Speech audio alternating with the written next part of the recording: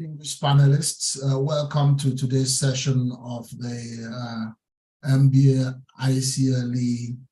training on arbitration. My name is Tobena Erojikwe, and I'm the chairman of the governing board of the Institute of Continuing Legal Education of the NBA. It is my pleasure to welcome all the delegates today to day 2 of the training series. We started yesterday with Dr. Madumere's presentation, which was well received, and we had a lot of people in attendance. I can see that a lot of people are logging in at the moment, which is very good also. Today, we're going to have a presentation on procedures in arbitration. And our speaker for today is Professor Dan Wilmot. Dan is a partner in the international arbitration team at Stewart's, the UK's largest disputes-only law firm. He's also an adjunct professor of international commercial arbitration at the Caruso School of Law, Pepperdine University. Dan is a specialist in international arbitration and is individually ranked in Chambers and Partners Legal 500 and GAR's Who's Who Legal for his practice. He has been described as an exceptional talent, a superstar in the making, and a very, very brilliant lawyer with an incredible breadth of knowledge. He advises and acts in international commercial and investor state arbitrations under the major institutional rules and in ad hoc arrangements, and has advised on cases subject to various applicable laws and arbitral seats. Dan has an equally deep experience of arbitration-related litigation before the English courts, covering anti-suit and related relief, challenges to awards, and enforcement matters. He is widely recognized for his practice in disputes connected with Africa. His firm's conflict-light positioning allows him to act for African clients in disputes with multinational partners and financial institutions. His firm's independent status also allows him to work with any of his clients' existing advisors. A fluent English and French speaker, Dan's activities have involved Nigeria, Cameroon, Ghana, Tanzania, Kenya, Cote d'Ivoire, South Africa, Egypt, Sierra Leone, Equatorial Guinea, Ethiopia, Mauritania, and Botswana. He is also particularly recognized for his expertise in disputes in the oil and gas sector, including on construction matters, but his experience extends to cases involving the mining, technology, infrastructure, healthcare, finance, transport, automotive, mining, power, manufacturing, insurance, shipping, hospitality, and consumer retail industries. Dan is also an expert in the use of litigation technology in support of disputes work. I mean, we are very grateful to Dan for accepting to be part of the NBA-ICLE training series. And I must say to you all that we owe a huge debt of gratitude to Dan and to all the facilitators for these training sessions, because they are doing it completely pro bono. I also thank Akino Misade, Rachel Osibu, Peace, Adele, Stella Omega, and Wale from NBA for their participation and their assistance in putting this together. I will now yield the floor to Dan, and then subsequently, Akino Misade will continue proceedings for today. Thank you very much, dear colleagues, and Dan, the floor is yours. Dear Mr. Chairman, that's an extremely, extremely kind introduction from you. Thank you very much. And whilst this may be pro bono, let that not undermine the fact that this is an exceptional privilege for me to be here and to have the opportunity to contribute to what is an excellent initiative on behalf of the Nigerian Bar Association, and particularly the Institute which you chair. So thank you very much for having me. And I express my thanks also to the other persons you mentioned. Time is tight today, so forgive me if we move at pace. I will make my slides available via the organizers of this event after the event. So hopefully that means the participants can just sit and listen. And as the chairman has already foreshadowed, there will be a Q&A session at the end as well. So please do sit and listen, formulate questions, but do also be kind in the questions that you ask. I've already been introduced.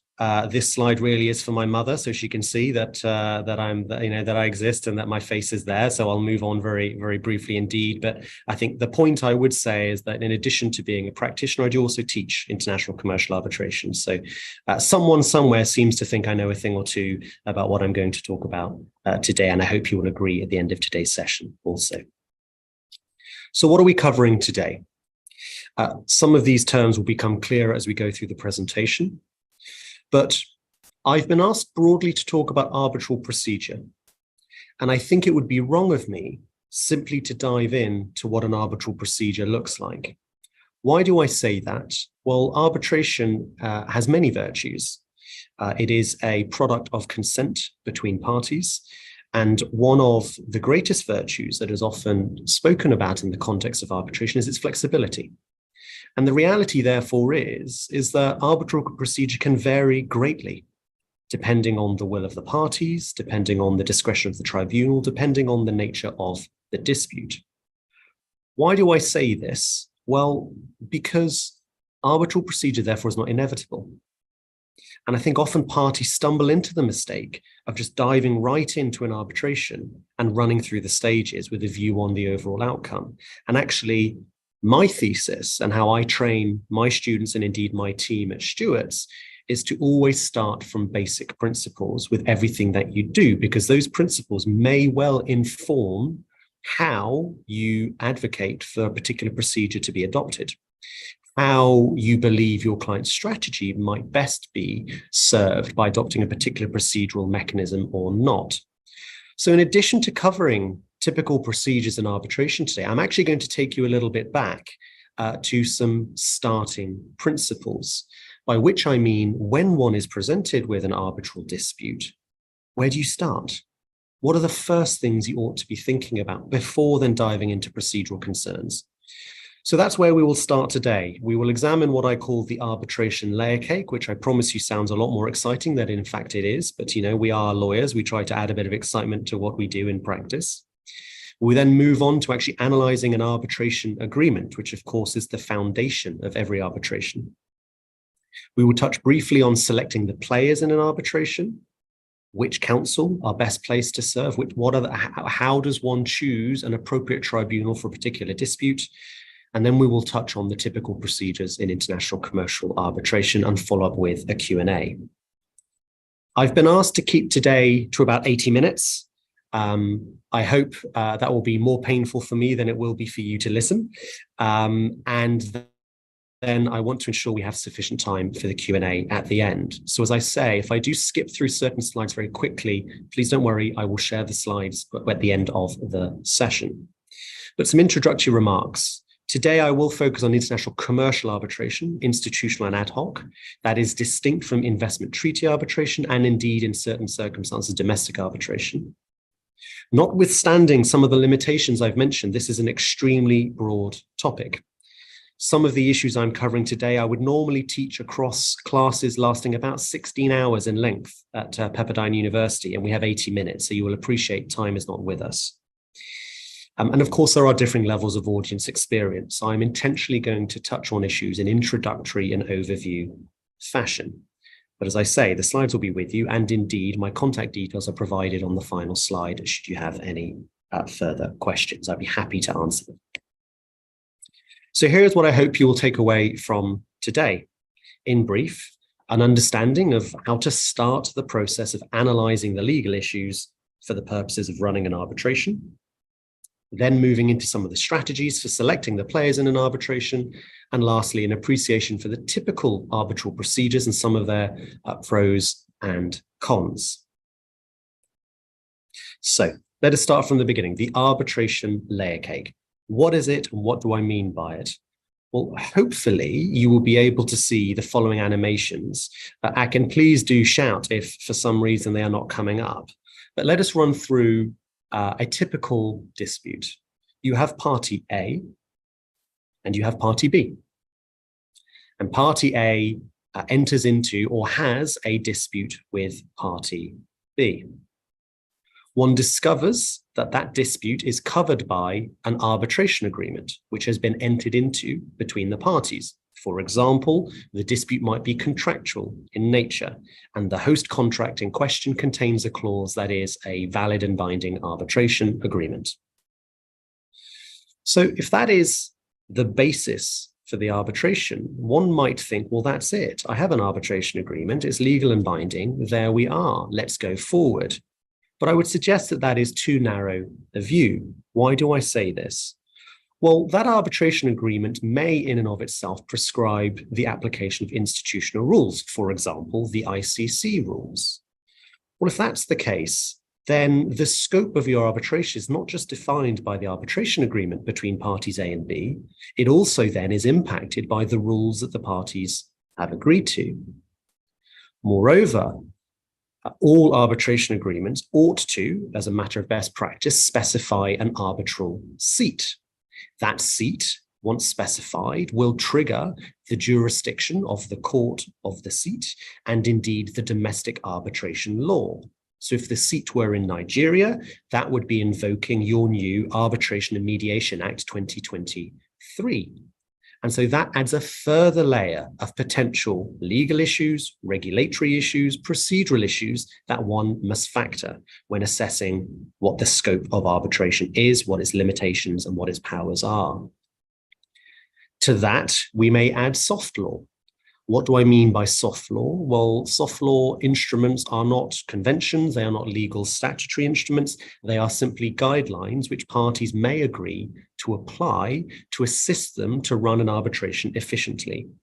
A classic example is the IBA rules on the taking of evidence. Now, soft law typically has the greatest impact on matters of procedure in an arbitration. Typically, these instruments regulate procedural matters. So if one has been agreed to by the parties or one has been ordered by the tribunal, then that is another layer of the arbitral cake, which one must take into account. And then last, but certainly not least, one must consider international conventions. The New York Convention, as I hope many of you are aware, is, I believe, the most popular international treaty insofar as the number of signatories and ratifying states. It stands at around 160, 170 odd states. Typically, however, practitioners think of the New York Convention only at the stage of enforcement. They think to themselves, okay, let me get an award first, and then I will see where I can enforce it under the auspices of the convention. But again, that would be to give the convention too limited a role. The convention has an application right at the beginning of the arbitration in terms of assessing whether an arbitration agreement is valid and binding or not. So it too is a layer that has to be assessed.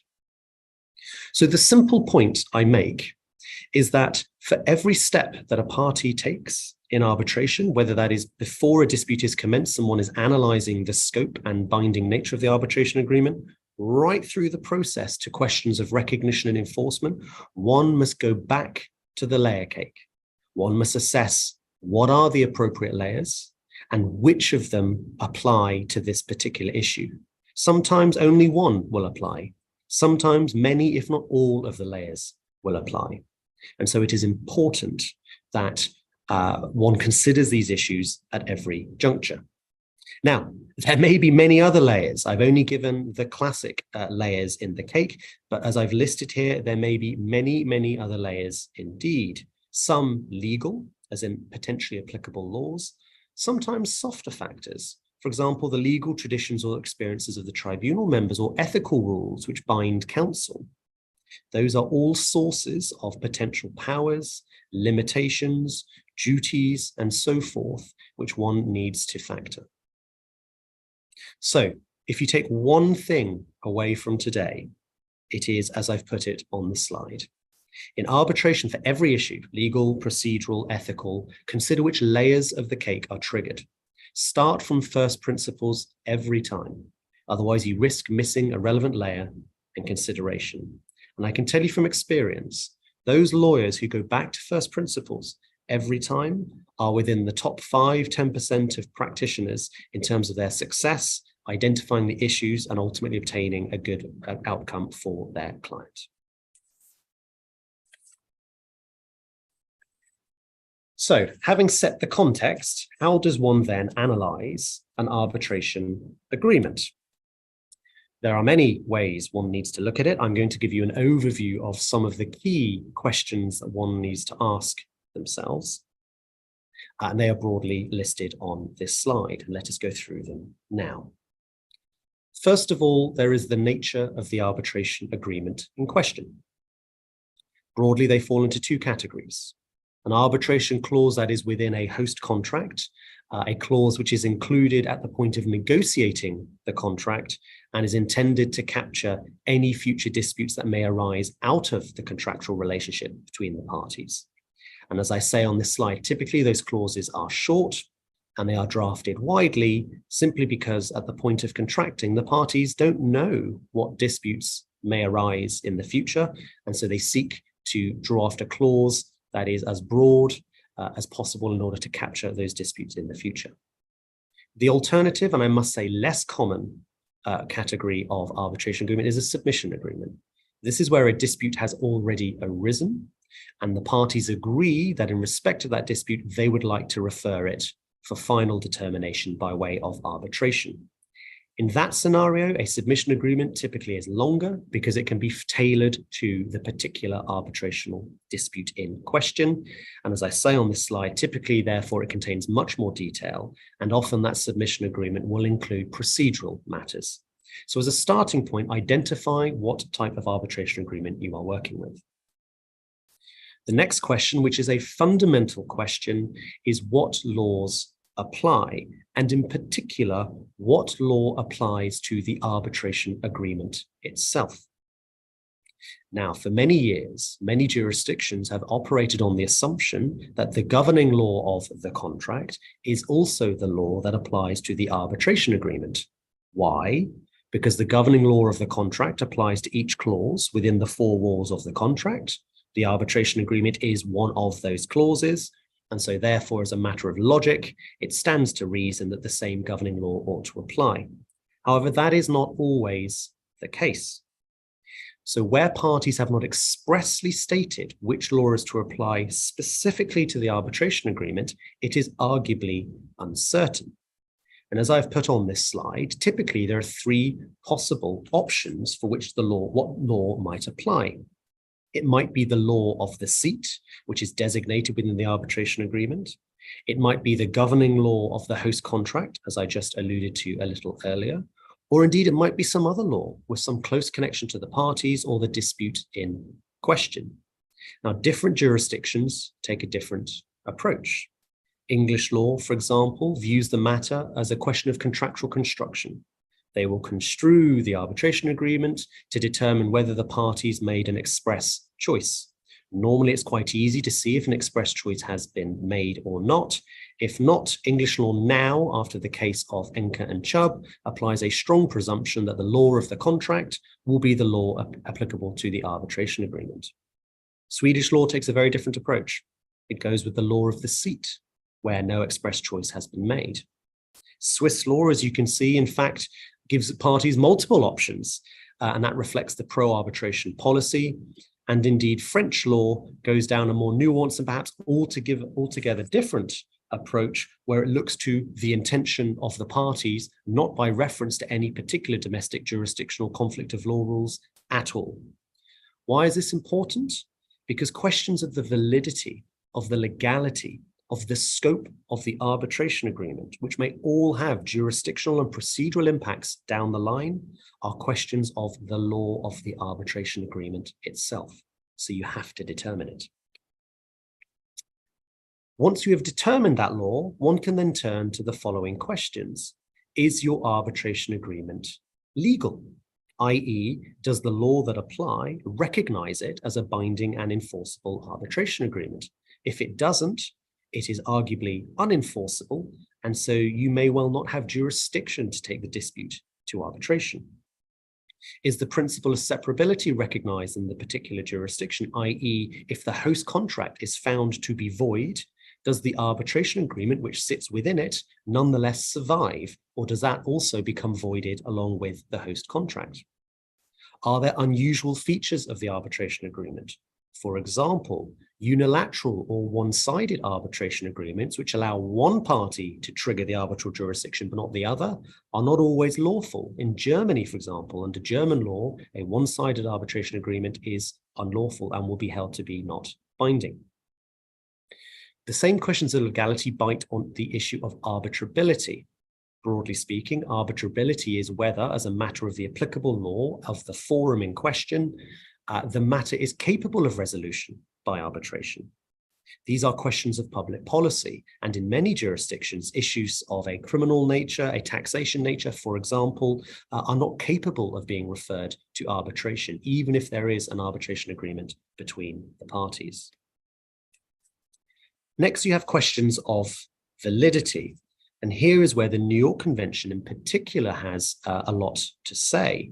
As I mentioned earlier, the New York Convention isn't just about the recognition and enforcement of awards, it's also about the recognition and enforcement of arbitration agreements in the first place. And as you can see, the convention imposes various requirements. So even if a domestic arbitration law is silent on a particular issue of validity, one still needs to look at the convention if that jurisdiction is a signatory to it. And as you can see on the slides, broadly, there are three positive requirements for validity, i.e. what an arbitration agreement must be for it to be deemed valid under the convention. And there are two negative requirements, i.e. what an arbitration agreement must not be to be held in order to be held valid. And I won't go through them now, but I list them on the slide. One of the issues is that it must be in writing. Now, jurisdictions over the years have taken a more relaxed approach to the need for that, given the advent of emails, given the advent of referring to clauses by definition in one contract in another contract, and so forth. Nonetheless, one needs to check what the particular jurisdiction in question requires. And even if the form of the arbitration agreement is relaxed in terms of whether it's in writing or not, nonetheless, a record of that agreement often is still required. And I give an example of the Dutch Code of Civil Procedure there, which states that even if it is an oral arbitration agreement, there must be an instrument in writing that records that, which proves it in due course. And of course, as well, one must not just think about the jurisdiction in question where the arbitration is taking place or which laws apply to that arbitration. One must also think about enforcement. If you obtain an award in a perfectly valid way in one jurisdiction, only then to go and seek enforcement in another where certain requirements are stricter and you haven't complied with those, your award can be scuppered. And I've given an example there where a London-seated award was held not to be enforceable in Norway because whilst the exchange of emails demonstrating the arbitration agreement was held valid as a matter of English law, at the point of enforcement, Norwegian law did not reach the same conclusion. Next, we have the parties. And here I can run through this very briefly. Whilst the parties may have agreed an arbitration agreement in their relevant contract, they may not have had the capacity legally to do so. So one needs to check. For example, in the case of a corporate, one would need to check their memorandum and articles of association to see whether the corporate power existed to allow them to enter into an arbitration agreement. And then, of course, the associated companies law or equivalent domestic regulation that might control how or when a corporate can enter into agreements of a jurisdictional nature, as is an arbitration agreement. It's not often an issue in my experience, but what I would say is where you are dealing with a state or a state-owned entity, it can become an issue. Next, we have the question of non-parties, third parties, and related parties. I mentioned at the outset, arbitration is a product of consent. Parties must consent to an arbitration in order to be bound by an arbitration. Because, after all, an agreement to arbitrate is an agreement to remove the dispute from the jurisdiction of the domestic courts and to place it into a private forum. Jurisdictionally speaking, that is a serious decision. It is a serious agreement. You are depriving the public entity, which is the court, from resolving a dispute and putting it before a private forum. Therefore, parties must consent to do so. It therefore follows that a non-party to an arbitration agreement, i.e. a non-party to the host contract, has not agreed to arbitrate. But that may not always be the case. As I've noted, contracts can be assigned. That means an arbitration agreement may be capable of assignment also. Companies can become insolvent and another company succeed them. It's the same with private individuals upon their death. Can the arbitration agreement be transferred by way of succession? And what happens in the case of agency, where an agent enters into a contract with an arbitration agreement therein on behalf of its principal? So it doesn't immediately follow that just because a party is not named in a contract with an arbitration agreement, that they are not capable of being made party to the arbitration. I've listed as well, there are other mechanisms for joining a party. For example, certain jurisdictions recognize the group of companies doctrine, whereby, for example, a shell company or SPV is being used for the purposes of contracting, but de facto, as a matter of fact, it is its parent company or other companies within the group that are discharging that SPV or shell company's contractual obligations. In those circumstances, certain jurisdictions will pierce the corporate veil and will effectively hold the parent or other company in the shoes of the SPV. If that's the case, you may well be able to make that particular company a party to the arbitration as well. I've listed some other ways of parties joining arbitrations, joinder, intervention, multi-party. They are all issues that need to be assessed at the outset. I won't go into any more detail now, but I include them on the slide for completeness. Next, we have the scope and form of wording. They effectively do what they say on the tin. You may have an arbitration agreement, but if its scope as drafted does not cover the dispute in issue, then that dispute will not fall within the arbitral jurisdiction and will not be capable of reference to arbitration and resolution by an arbitral process. If you go ahead with a claim being out of scope, then you risk a jurisdictional issue and indeed an enforcement issue in due course. Which therefore begs the question, well, what is the scope of your arbitration agreement? And typically that is a question of the construction and interpretation of the agreement itself. Is that a mandatory referral to arbitration according to the terms of the arbitration agreement? Look at the words used. Often we see claims, we see differences, we see disputes as terminology that is adopted. What is the difference between those? One will often see wording on the lines of disputes arising in connection with the contract or arising out of the contract.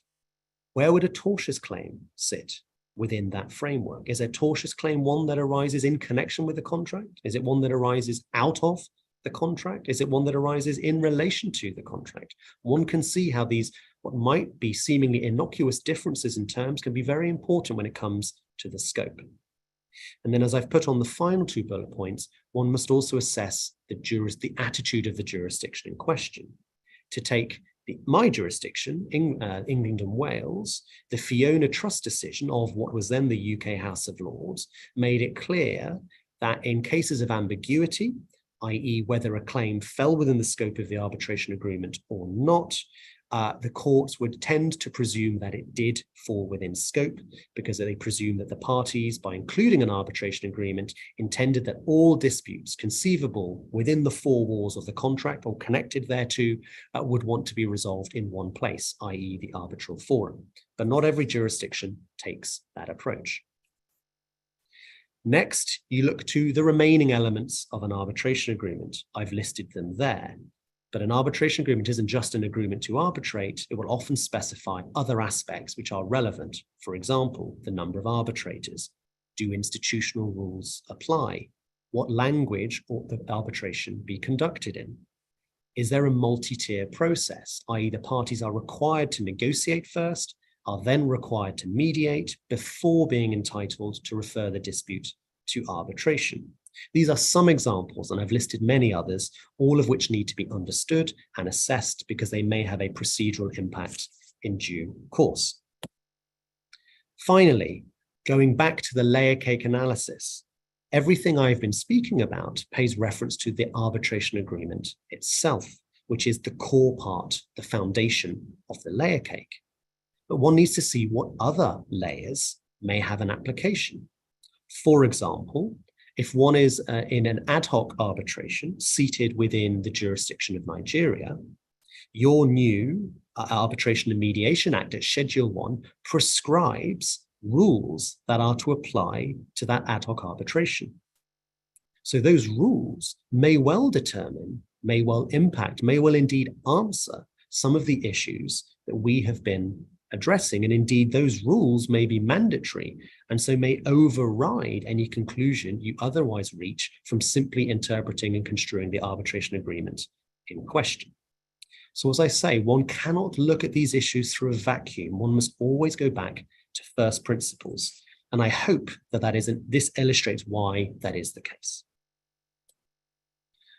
So having set the scene, you have a party, you have a client, whoever it may be, who wishes to go to arbitration. You have done your analysis and you have satisfied yourself that the arbitral jurisdiction can be appropriately and validly seized. One then commences arbitration and one needs to determine, well, who are the players going to be in the process? Now, there are many players, as I've listed on this slide. Of course, there are the parties to the arbitration themselves, but there are many, many others, the obvious ones: counsel, the lawyers who will represent the parties, the members of the tribunal. If it is institutional arbitration, the institution itself may well have a role at the outset of the arbitration, typically around getting the arbitration up and running, administering the request for arbitration and the answer received thereto, and most importantly, supporting the process of constituting the tribunal and indeed possibly appointing the members of the tribunal for the parties. But there are others: witnesses, expert witnesses, third-party support service providers. I've listed some here, but the point is there are many players in the process. I am today going to focus on two: counsel for the parties and the members of the tribunal, because typically those are the two that are most within the control of the client and typically are seen to have the most impact or the most weight in the client's view.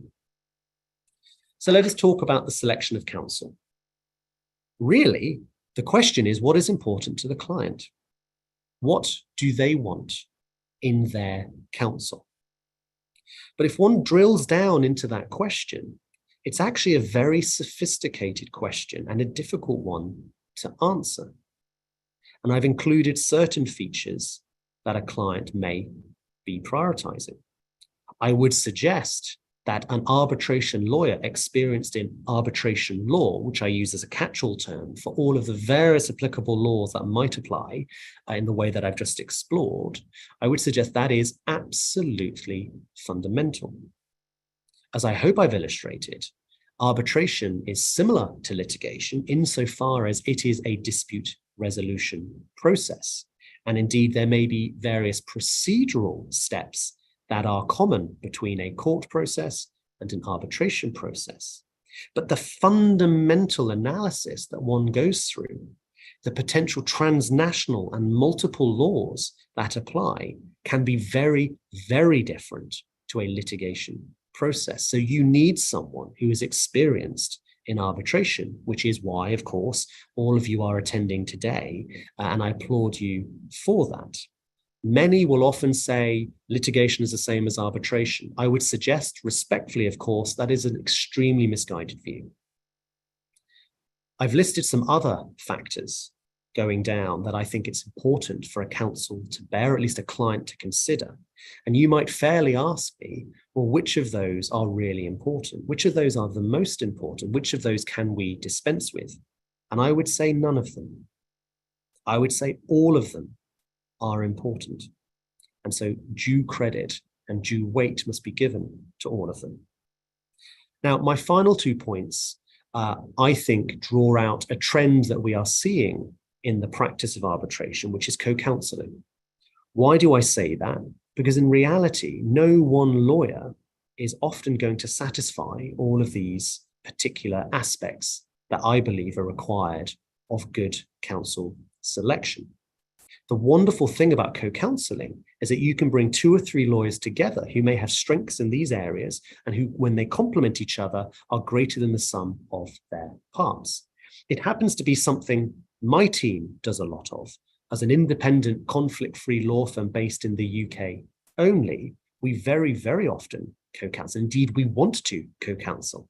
And as you may have recalled from the introduction given by the esteemed chairman, I do a lot of work in West Africa, and almost always I will work with local Nigerian lawyers in that co-counsel role, because I genuinely believe it improves the overall outcome and improves client service. I believe for similar reasons, the prevalence or the increasing prevalence of third-party funding and other innovative cost models in arbitration is part and parcel of clients becoming more sophisticated in choosing their counsel. It is part of the price and it is part of the value for money proposition. And I include that on the slide because I do believe there is a distinction between price and value for money. Cheaper does not always mean better. Let us then move to the selection of the tribunal. Now, often an arbitration agreement will prescribe how many tribunal members there are, and so one does not have a choice. But sometimes it doesn't, and so one may have a choice. And that leads to the question of, well, is a sole arbitrator better than a 3-person panel, or is another number more advantageous?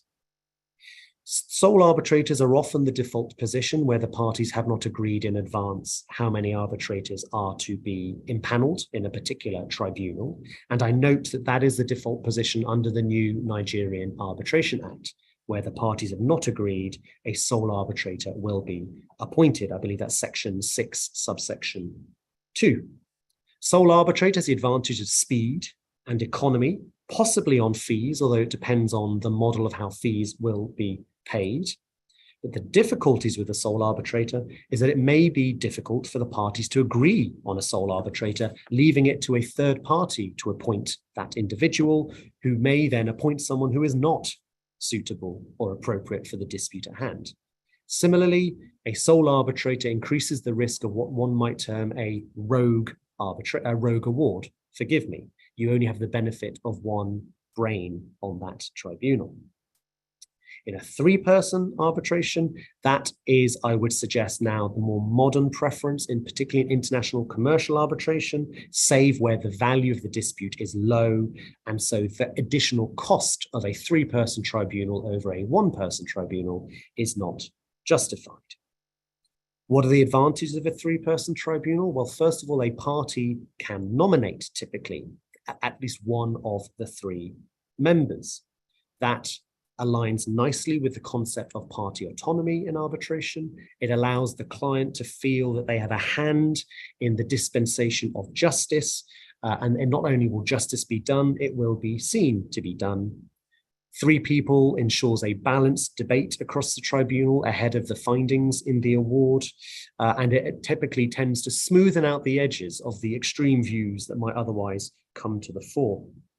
The disadvantages, of course, often are cost, and indeed it can be longer to obtain the award because you require 3 people to work together, which typically is a more arduous process. And of course, then you have 3 availabilities and busyness to factor.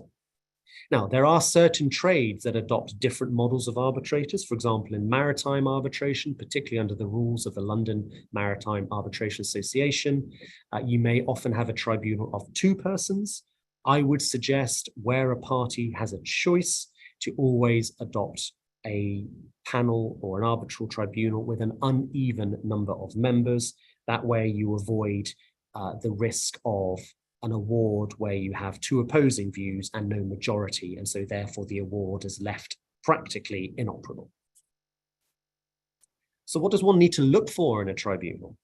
What makes a good arbitrator?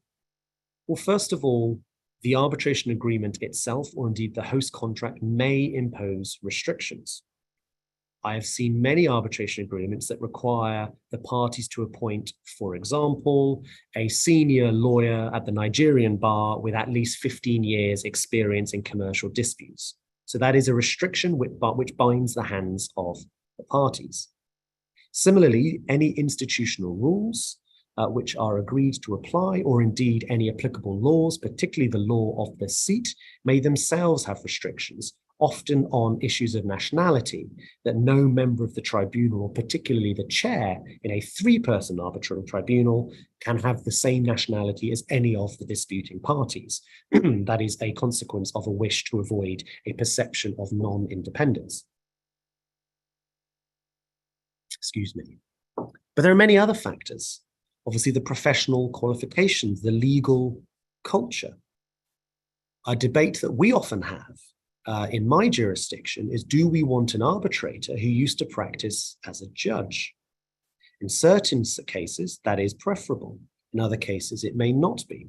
Judges, typically, when new to the practice of arbitration as a tribunal member, will seek to emulate a court process in the way they conduct an arbitration. That may be perfectly strategically aligned with your client's own interests. It may not be. Evidently, language and nationality are important, as are experience and track record. The attitude, I think, is particularly important as well. Is your tribunal member going to be activist? Are they going to take the bull by the horns in terms of case management, or not allow a delinquent party to delay on deadlines, to not comply with tribunal orders, to adopt guerrilla tactics? Or are they going to be more passive and allow the proceeding to just go on in accordance with the party's wishes, only stepping in as and when they may feel is required? Availability is an issue that is often overlooked. People will often rush straight for the best and well-known arbitrators, but they are well-known for very good reason, and that is largely because many people use them. That in turn means they are not that available. So you may find yourself in a situation whereby you have a trophy arbitrator who cannot render your award for 12 months or more, whereas going for a slightly less well-known but equally capable arbitrator who is newer to the game may well give you an award in quicker time. The final bullet, I raise the issue of interviewing prospective arbitrators. It is a practice that different lawyers have different views on. Some feel comfortable with doing so, others don't feel comfortable, and often that lack of comfort is driven from their ethical constraints. For my part, it is not a practice I engage in, largely because the sorts of questions I might want to ask of an arbitrator are the sorts of questions that arbitrator would then need to disclose to the other party out of fairness, and therefore, in practice, the sorts of questions I would truly want to ask, I cannot ask. And so I query the merit of interviewing arbitrators. And indeed, I think it has a tendency to cause more issues than it is worth, because then it generates questions from your opposing counsel as to what was asked for a transcript of the interview and so forth. And so on a cost-benefit analysis, I'm not sure it always is worthy in my view, but different people have different views and they're perfectly valid. But I do say it is an issue to be carefully thought. Some other considerations. Clearly, a tribunal member must be impartial and independent. As much as it would be seen to be good to have one's friend sat on a tribunal, ultimately that is not going to be valuable in the long run for a number of reasons, not as I list at the bottom of the slide, due process and ethical considerations. Typically, one's friend may not provide the best service because they may not be taking a step back, truly the best qualified person to sit as arbitrator. And as I say, you risk them being challenged in any event, and worse, you risk an award otherwise perfectly lawfully obtained being rendered unenforceable in due course. So impartiality, independence really is important, as are the exploration of any arbitrator conflicts and the need for the arbitrator to make any disclosures to all parties where they feel that a conflict exists or risks existing. So let us move now to typical procedures in international commercial arbitration. So the first question is, well, who sets the procedure and how is it set? So let us move on through the process a little. You have analyzed your arbitration agreement, applying the arbitration layer cake, considering some of the issues I have set out on my earlier slides, and you are satisfied that your arbitration agreement is binding, and therefore the dispute in question can successfully, by which I mean legally, validly, be referred to arbitration. If it is an institutional arbitration, you have commenced arbitration in accordance with those rules, which typically requires a document which is akin to a request for arbitration or a notice of arbitration. Broadly speaking, an overview of the parties' claims and an address of certain initial procedural and administrative matters in respect of the arbitration agreement that is being triggered. In an ad hoc context, one typically needs to look to either the arbitration agreement itself, which may specify how arbitration is to be commenced, alternatively, to look at the law of the seat, the domestic arbitration law that is applicable, and that will often determine how an arbitration is to be commenced, and again, typically will require some form of notification document to be prepared and filed and served on the other party. Once that has happened, a tribunal is constituted, as I have mentioned.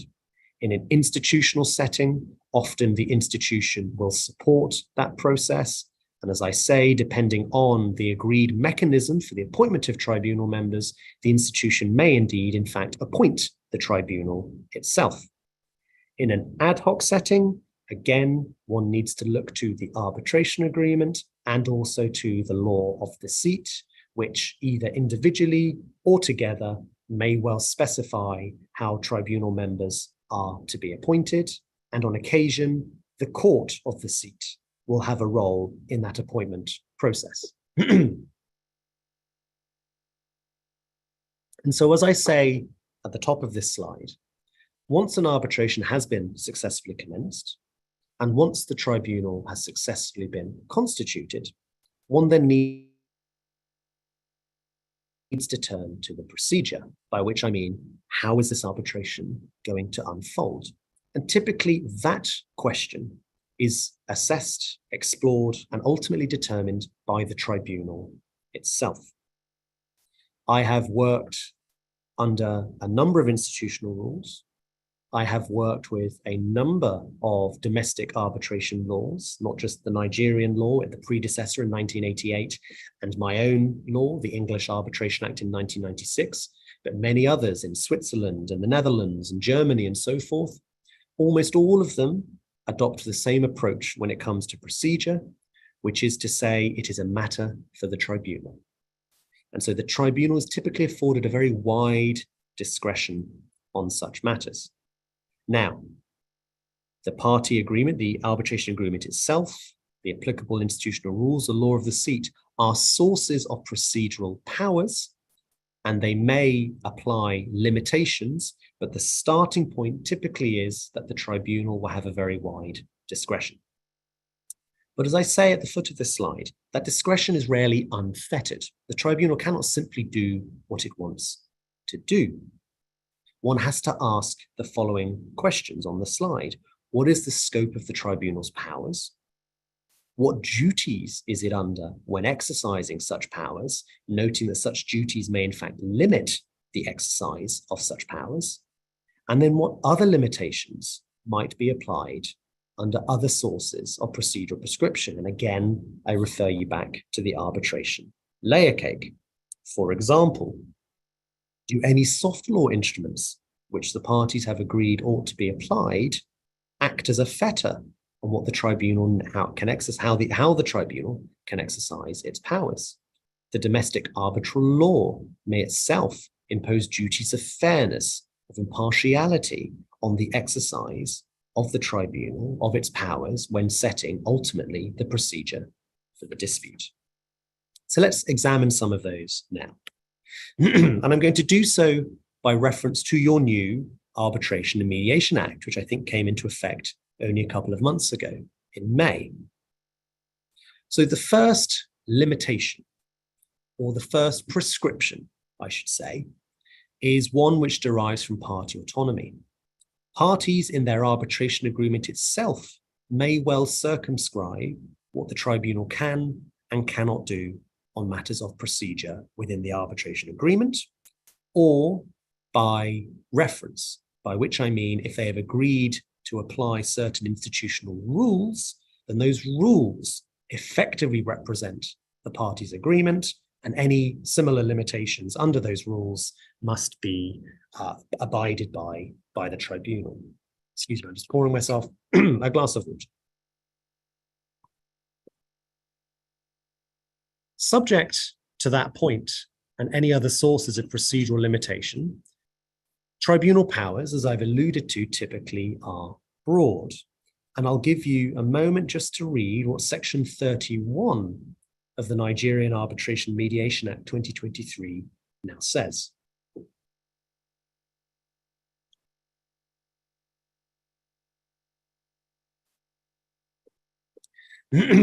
As you can see there, the tribunal is in effect given complete discretion, provided they exercise their powers consistent with Section 30. So what is Section 30?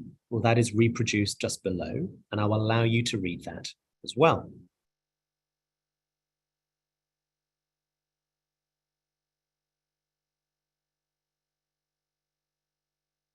And so as you can see, provided the tribunal treats the parties equally, gives the parties a reasonable opportunity of presenting their case in the arbitration, and at the same time does so in a way that allows the dispute to be fairly resolved, expeditiously, and without unnecessary delay or expense, the tribunal can exercise the power in the way it wishes. These are the constraints, and as I'm sure you will agree, whilst they are lofty in what they are seeking to achieve, they afford a very broad discretion on the tribunal. Nonetheless, the tribunal must take that seriously.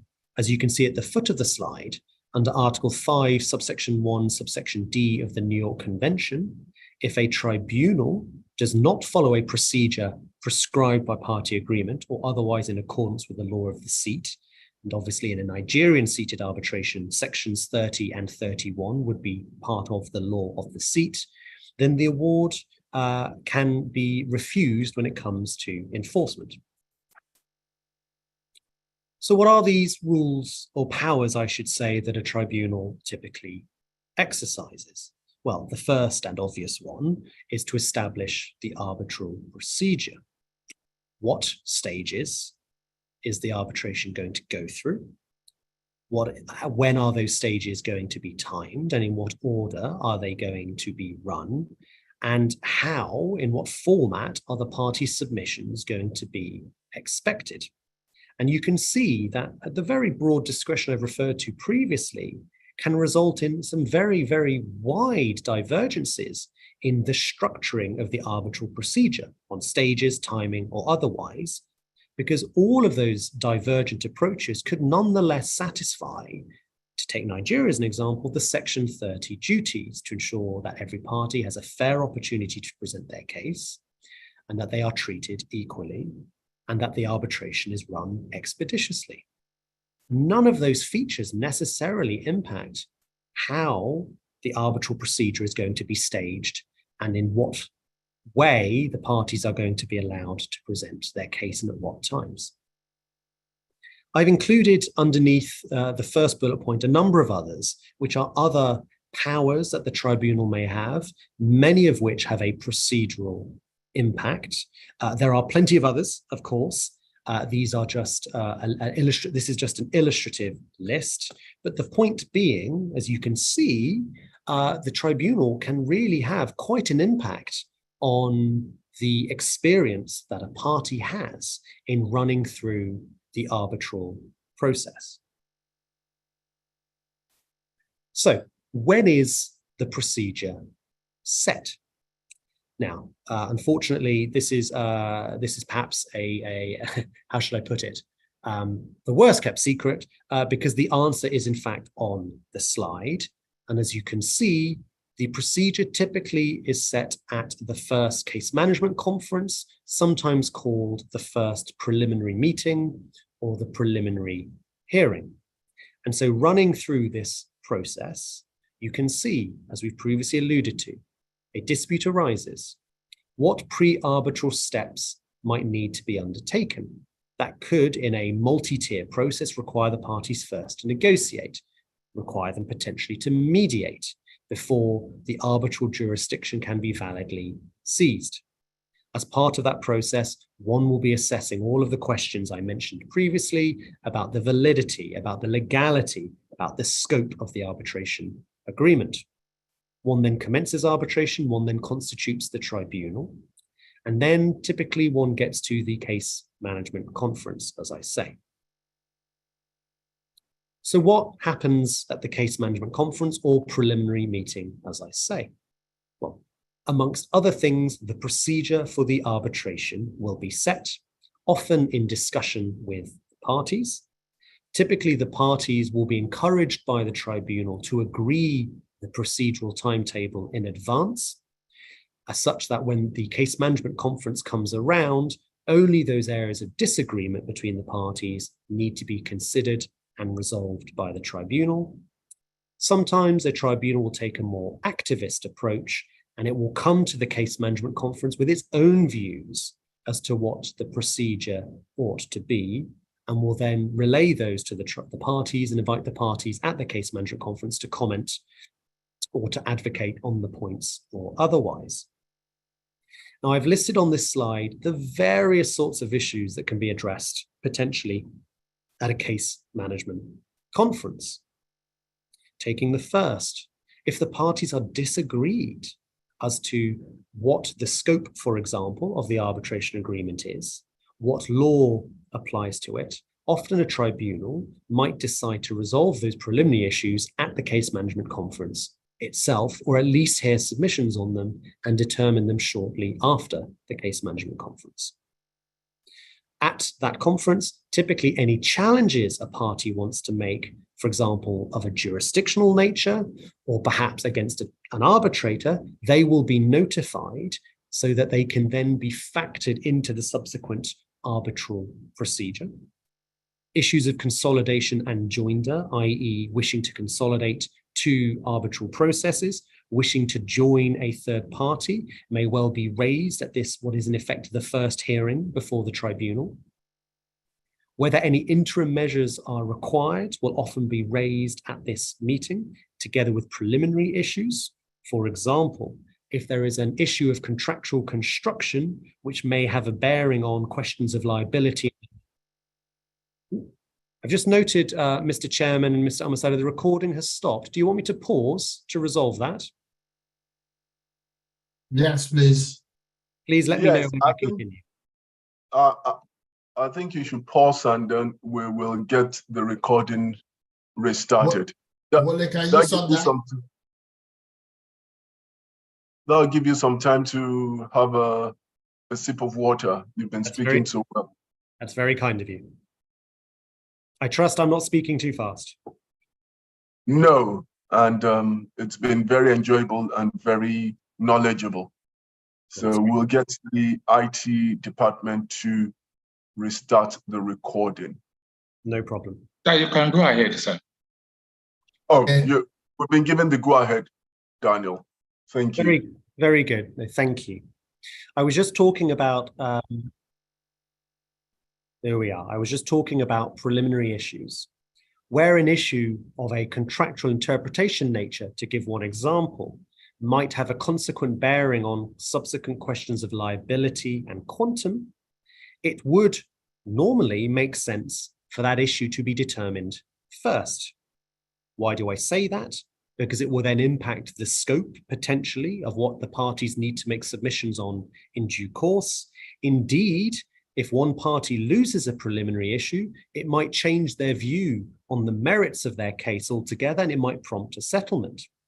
So these sorts of preliminary issues are again often floated at the case management conference to then be factored into the arbitral procedure.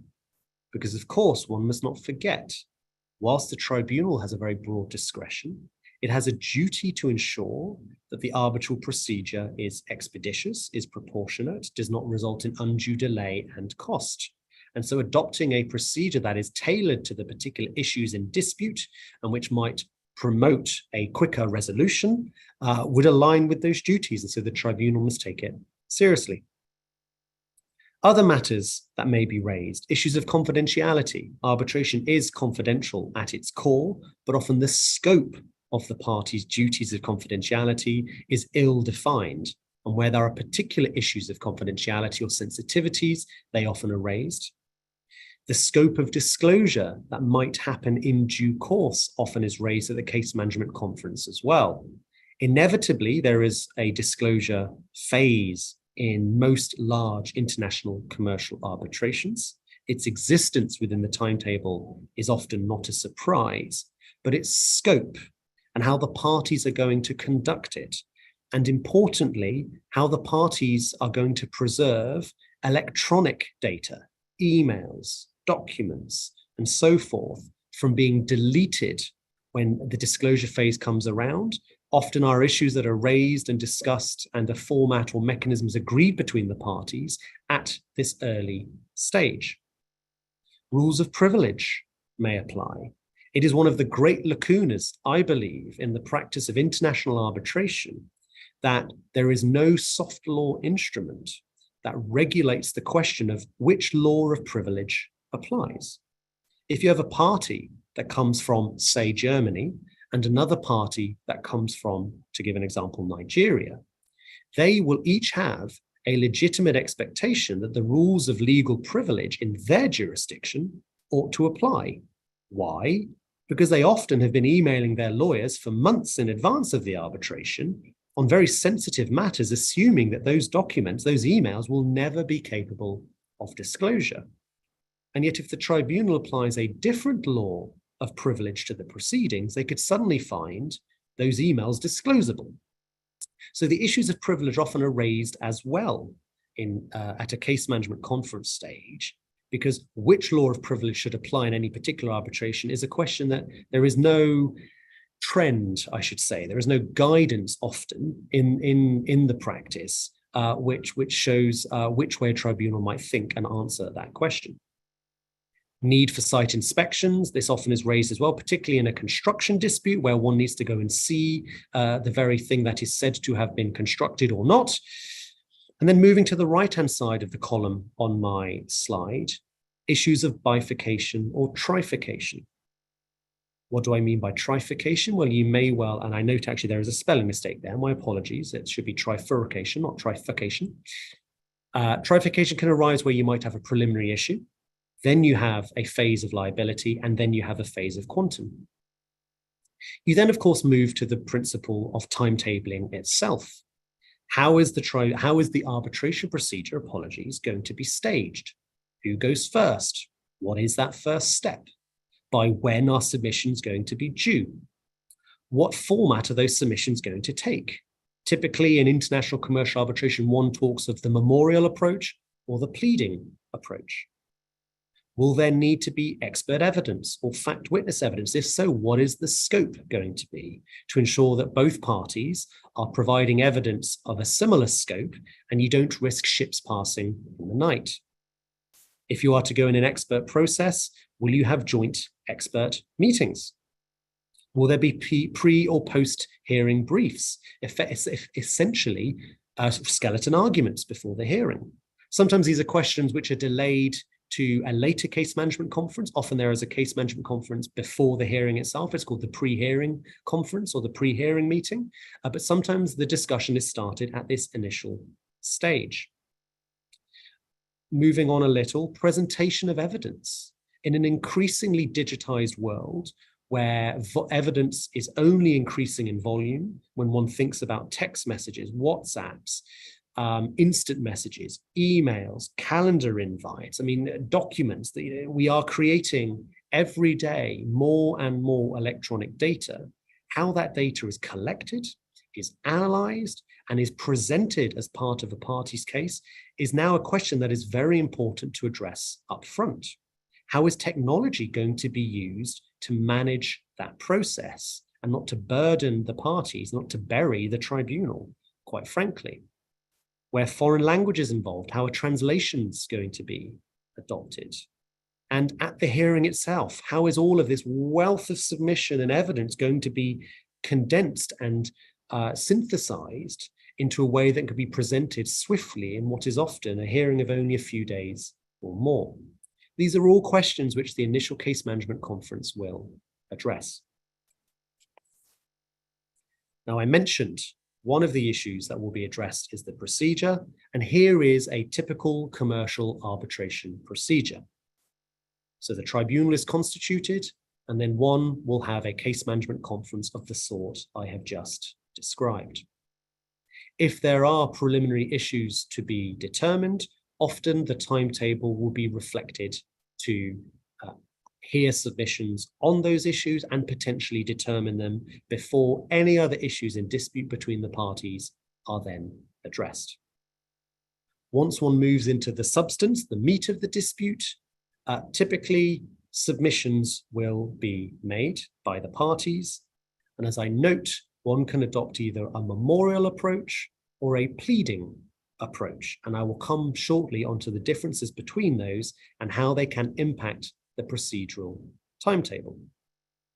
Alongside the submissions process, often interspersed between the submissions process, is a disclosure or discovery exercise, which, as I'm sure many of you know, is essentially the exercise by which a party will disclose to the other party documents, sometimes voluntarily, sometimes under compulsion of an order by the tribunal, often because the documents are unhelpful to that party's case. Once submissions, evidence, and disclosure have been concluded, the parties will move into the pre-hearing steps phase. Broadly speaking, that is the parties preparing for the hearing. In the case of the claimant, it might be preparing bundles for the hearing, using technology as appropriate, and in international commercial arbitration, technology is increasingly used in this phase. It might be preparing witnesses. It might be having experts meet and produce joint expert reports in order to narrow the issues for the tribunal. It may well be the preparing of skeleton arguments, and often there will be a pre-hearing case management conference to sort out the logistics for the hearing. For example, who goes first? Will there be opening oral submissions? How will the parties cross-examine? For how long? Will time at the hearing be shared equally between the parties 50-50? Or will it be shared pro rata, the number of witnesses, expert or factual, that need to be cross-examined? How will the tribunal intervene? Will it intervene at all? And then matters of more logistical nature. When will be the lunch breaks? Will there be afternoon breaks? Do the parties require transcribers? If so, where will the transcribers come from? Who will pay for them? What will be the venue? Will an arbitral hearing centre be engaged to support the hearing, or will the venue be in one of the offices of a law firm or somewhere else? And of course, in a world of virtual or hybrid hearings, as we discovered during COVID and as we now continue to adopt, that raises a whole load of other technological and other issues, which I will come on to. One then moves into the hearing itself. There are post-hearing steps, and of course, ultimately, the outcome of an arbitral procedure is the award itself. So, as I've mentioned, there is an interrelationship between submissions and discovery in terms of the format that a tribunal may order those to be provided in or conducted in, and that will have a consequent impact on the procedural timetable that is ordered. So let us explore that briefly now. This is a memorial approach, typically. And a memorial, in effect, is the presentation of all evidence and submissions in one go. As you will see in the bottom left-hand corner of the slide, a memorial requires a party to prepare its legal submissions, and at the same time, just provide with those legal submissions all witness statements of fact that the party wishes to rely on, all expert reports that the party wishes to rely on, and all documents to which those three aforementioned documents will refer to.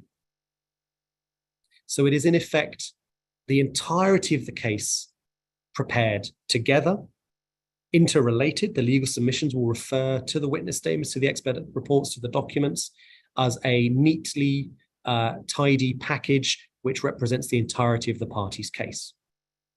This, in my experience, tends to be the preferred approach of tribunals and parties in international commercial arbitration, and we will come on to why in due course. If it is the approach, then typically the process I set out below will be the procedure that is adopted. The claimant will prepare its memorial, the respondent will consider that memorial and will prepare one in response.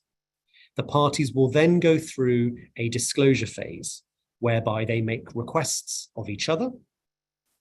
Depending on whether those requests are agreed to by the other party, and if not, ordered by the tribunal, the documents which fall within the scope of those requests are searched for, identified, and produced by one party to the other. Those documents are then reviewed by the opposing party, and then the parties will go through a second and final round of memorials, taking into account the documents which have been disclosed. In a pleadings approach, the constituent parts of a memorial are in effect spread out and are addressed sequentially. So typically, the claimant will prepare its legal submissions only.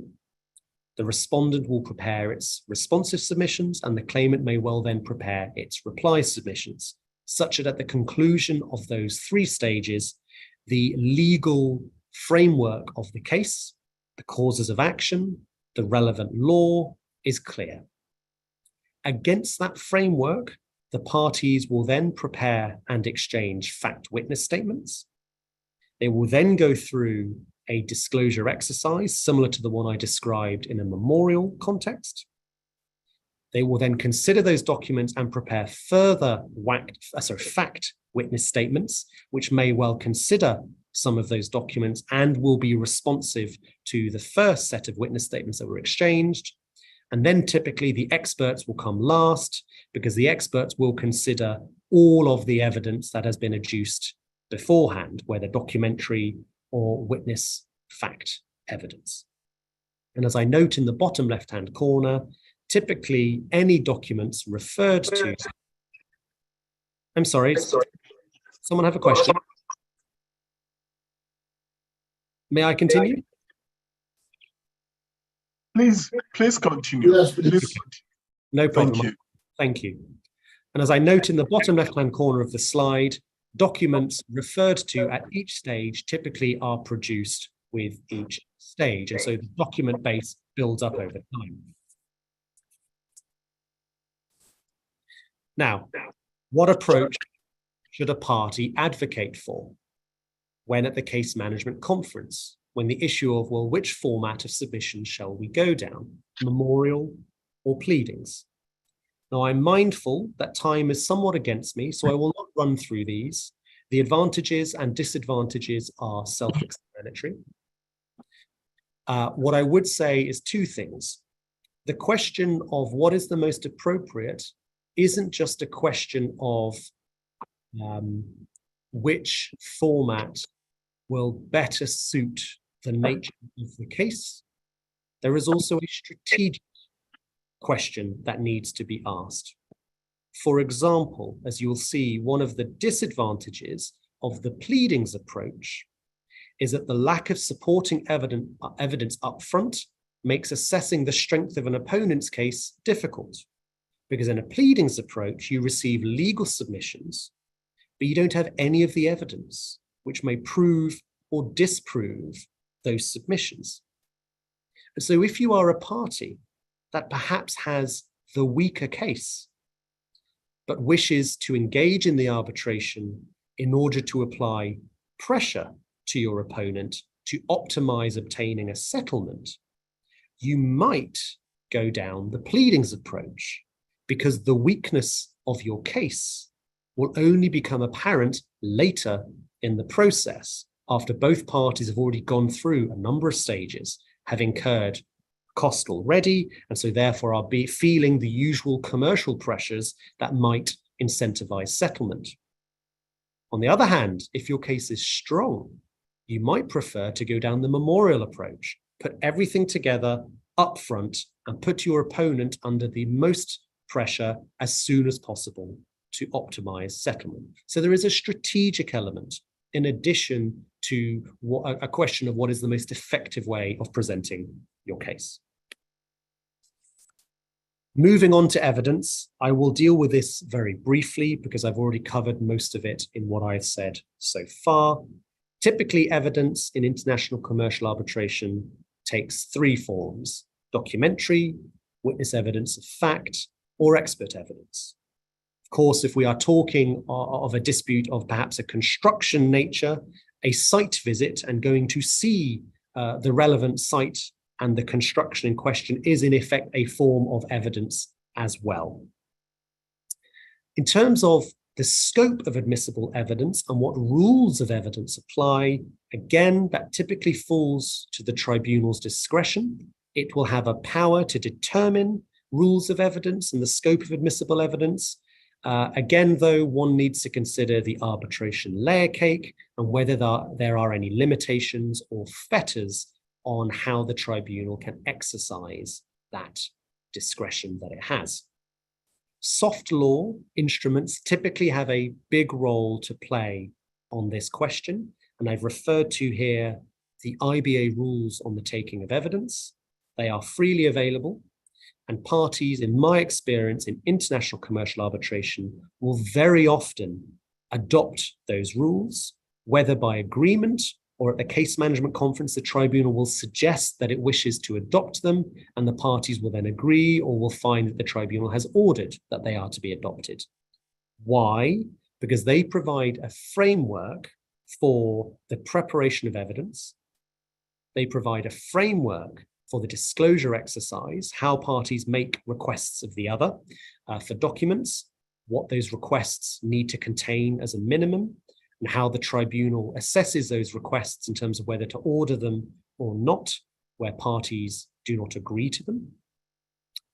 It addresses the presentation of evidence at the hearing, questions of admissibility, questions of legal privilege, and it will also provide a framework for the obtaining of party-appointed and tribunal-appointed expert evidence. They are a very popular set of rules for that reason, because they provide, as I say, a framework to through which the tribunal can exercise its discretion and powers involving evidence. But what I should say is that typically the IBA rules are regarded as quite common law influenced.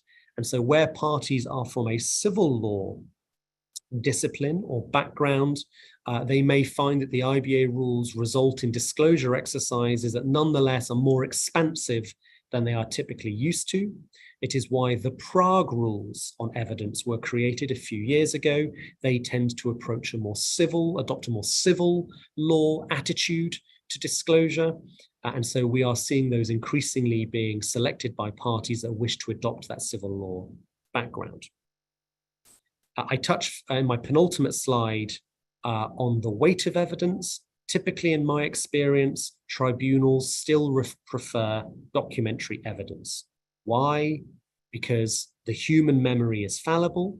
Witnesses can forget what happened, and so their witness statements cannot be entirely accurate, especially when lawyers often draft their witness statements for them, so it's not even in their language. Expert witnesses and witnesses of fact can be hired guns. And of course, there is the very important question of objectivity versus subjectivity. Individuals can recall the same facts in very different ways. And so documents tend to be preferred by tribunals because it can read the document in its own way and without suffering from any subjective application that a witness might otherwise apply to the evidence in question. But of course, that requires documents to exist. If record keeping is poor, tribunals will necessarily need to defer to the other sources of evidence. Finally, we move to the hearing, and I will deal with such matters relatively briefly, not least because I'm mindful that I believe there is 5 minutes left of my 80-minute allocation. At the case management conference, the initial case management conference, one key question will be, what format is the hearing going to take? Before COVID, typically this wasn't a question we asked. We all assumed the hearing would take place in person.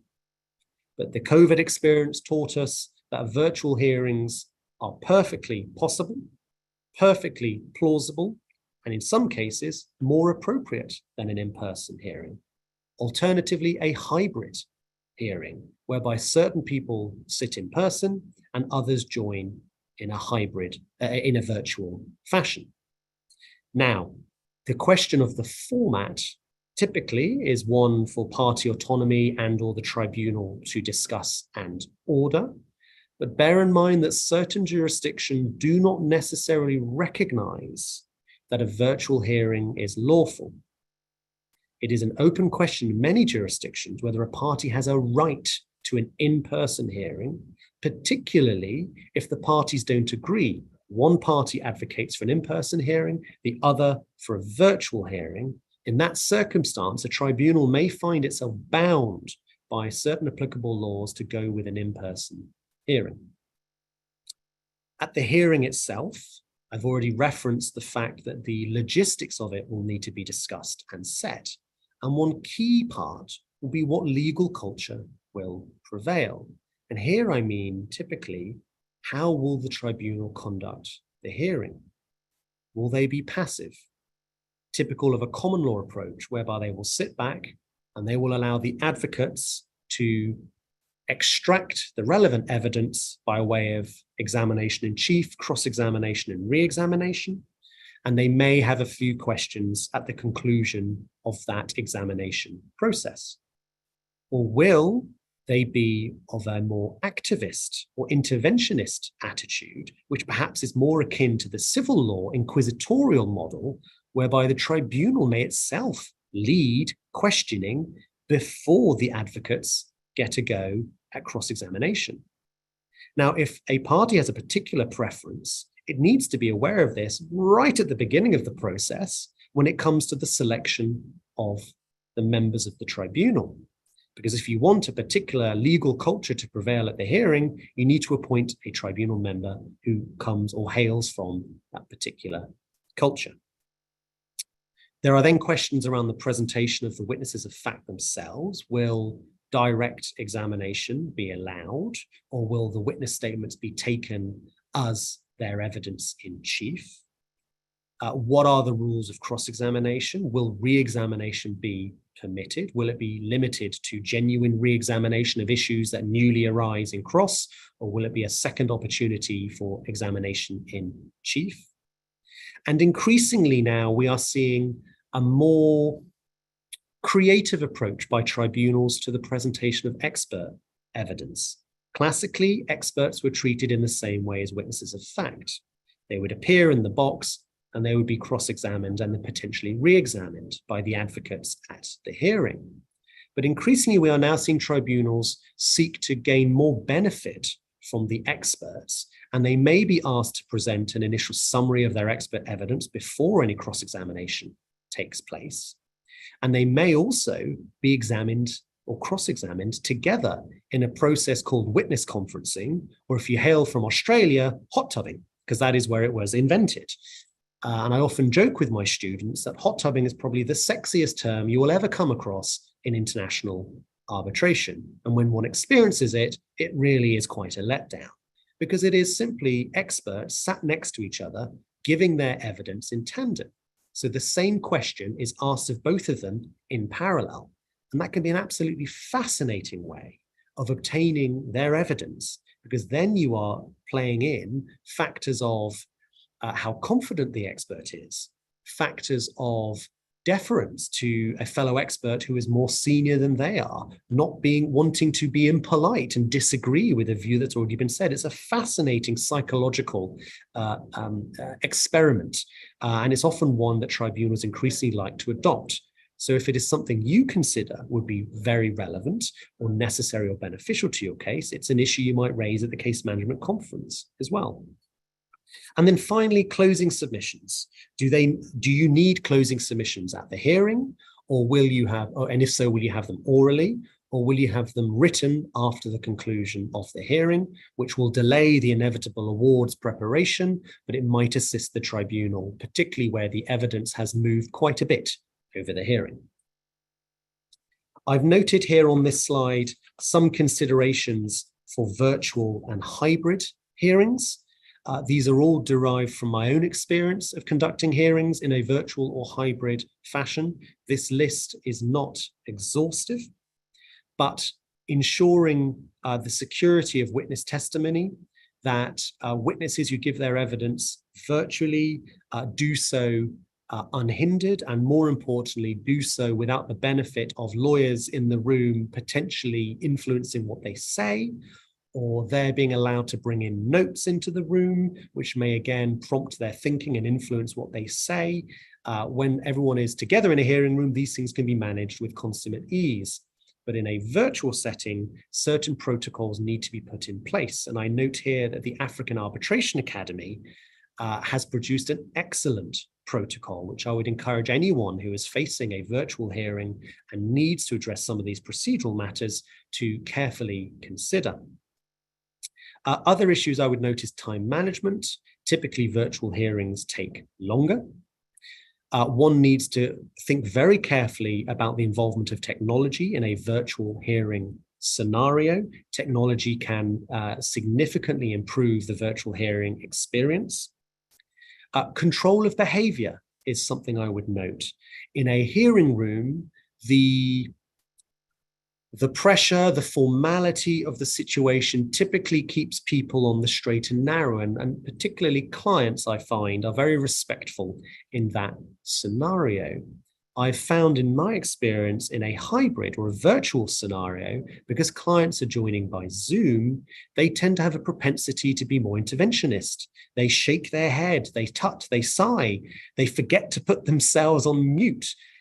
They might, in one case, I saw a client interject when they disagreed with a certain point on cross-examination. The informality of being sat in one's living room on Zoom watching a hearing room can sometimes leak into the proceedings themselves. And so one needs to be particularly careful to control behavior. And finally, tiredness. There are studies, scientific studies, that have shown that looking at a screen for hours on end will make you more tired than looking at the same content either in person on a piece of paper or indeed at a hearing room. Focusing on a screen is a tiring experience for the human eye. And so therefore one needs to factor shorter hearing days in hybrid settings. I am on, I believe, not quite, almost my penultimate slide. So please allow me 2 minutes. Post-hearing matters. At the hearing itself, the tribunal may decide that the issues have moved as the evidence has evolved. Often legal submissions evolve as counsel who are preparing to present and advocate at the hearing engage with the matter and realize that a point written many years ago is no longer sustainable in the way originally put, and so it might be recast. And all of this means that often a tribunal will want the parties to prepare a list of the key issues that it needs to determine, or it may well prepare lists of questions that it wants the parties to answer, often after the hearing has concluded, so as to assist the tribunal in preparing its award. Sometimes those lists of issues or questions take on a more substantive role and may turn into post-hearing briefs, in effect closing written submissions. Often as well, in my experience, parties will agree to defer questions of interest and costs until all questions of liability and quantum have been determined, because otherwise you are preparing submissions on interest and costs without the benefit of knowing whether you are going to win. And so therefore, whether interest is due at all on your claims, or indeed your client is entitled to recover its legal costs. And so these issues will often be deferred, such that the tribunal will issue a first partial award on the substance of the case, and then will issue a second final award, picking up matters of interest and costs, with a further round of submissions being made by the parties on interest and costs before that final award is given. And again, that of course has a procedural impact, a timetabling impact, often which is raised at the first case management conference. And I've listed here that the question of interest and costs often is not given much thought at the outset, but when one gets to drafting submissions about it, one realizes that in fact it can be very involved indeed, and lots of questions need to be raised and addressed. And I've listed some of them here to prompt thought. One then eventually ends up with the award. Of course, the party expectation in choosing arbitration is that the award will be final. There is an element of finality.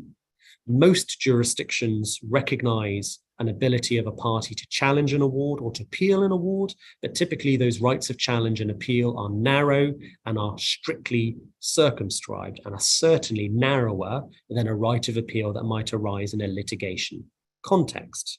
I note for intellectual interest that one of the recent Queen Mary and Whiten case international arbitration surveys asked the question of arbitration users, how important is finality? And interestingly, they didn't find it that important at all. So query whether the notion of finality as being a key feature of the attractiveness of arbitration is in fact slightly misguided. Some further points just to raise. An award is not necessarily always an award. It might be a tribunal order, it might be a tribunal direction, and the label is not just an element of packaging, it has a legal consequence. The New York Convention, for example, only applies to awards. It doesn't obviously apply to orders and directions. So if you need something capable of enforcement, for example, if you need an order that you wish to enforce, you might well consider asking for it to be put into the form of an award to assist your enforcement. There are requirements for a valid award. Again, as I say, work through the arbitration layer cake to understand what the sources of those requirements may be. To go back to your Nigerian Arbitration and Mediation Act, for example, I note that an award needs to be in writing. It needs to be signed by the tribunal, and reasons need to be given unless the parties have expressly agreed otherwise. And so if an award is not sufficiently reasoned in a Nigerian seated arbitration, you may well find that it is incapable of enforcement anywhere in the world in the future on account of having failed to comply with the applicable law of the seat, which is why it's important that even at the end of the process, one considers and works through the arbitration layer cake. Some final points, which I think are self-explanatory. I won't touch on them now. And then there are post-award matters. And here I can deal with this very easily because this is the subject of the next session in this wonderful series of arbitration talks and presentations. I have spoken for close to an hour and a half, 90 minutes. Please forgive me. Nonetheless, I believe we end at 11:15, so I hope there is more than enough time for the Q&A, and which we move on to now. So I will stop sharing my screen now, put myself back on camera, at least so I can see myself, and I will leave it to the coordinators of this session to coordinate the questions and answers, unless there is another method we prefer to adopt. Just let me say as a final point, thank you very much for listening. I appreciate your time and attention. Thank you.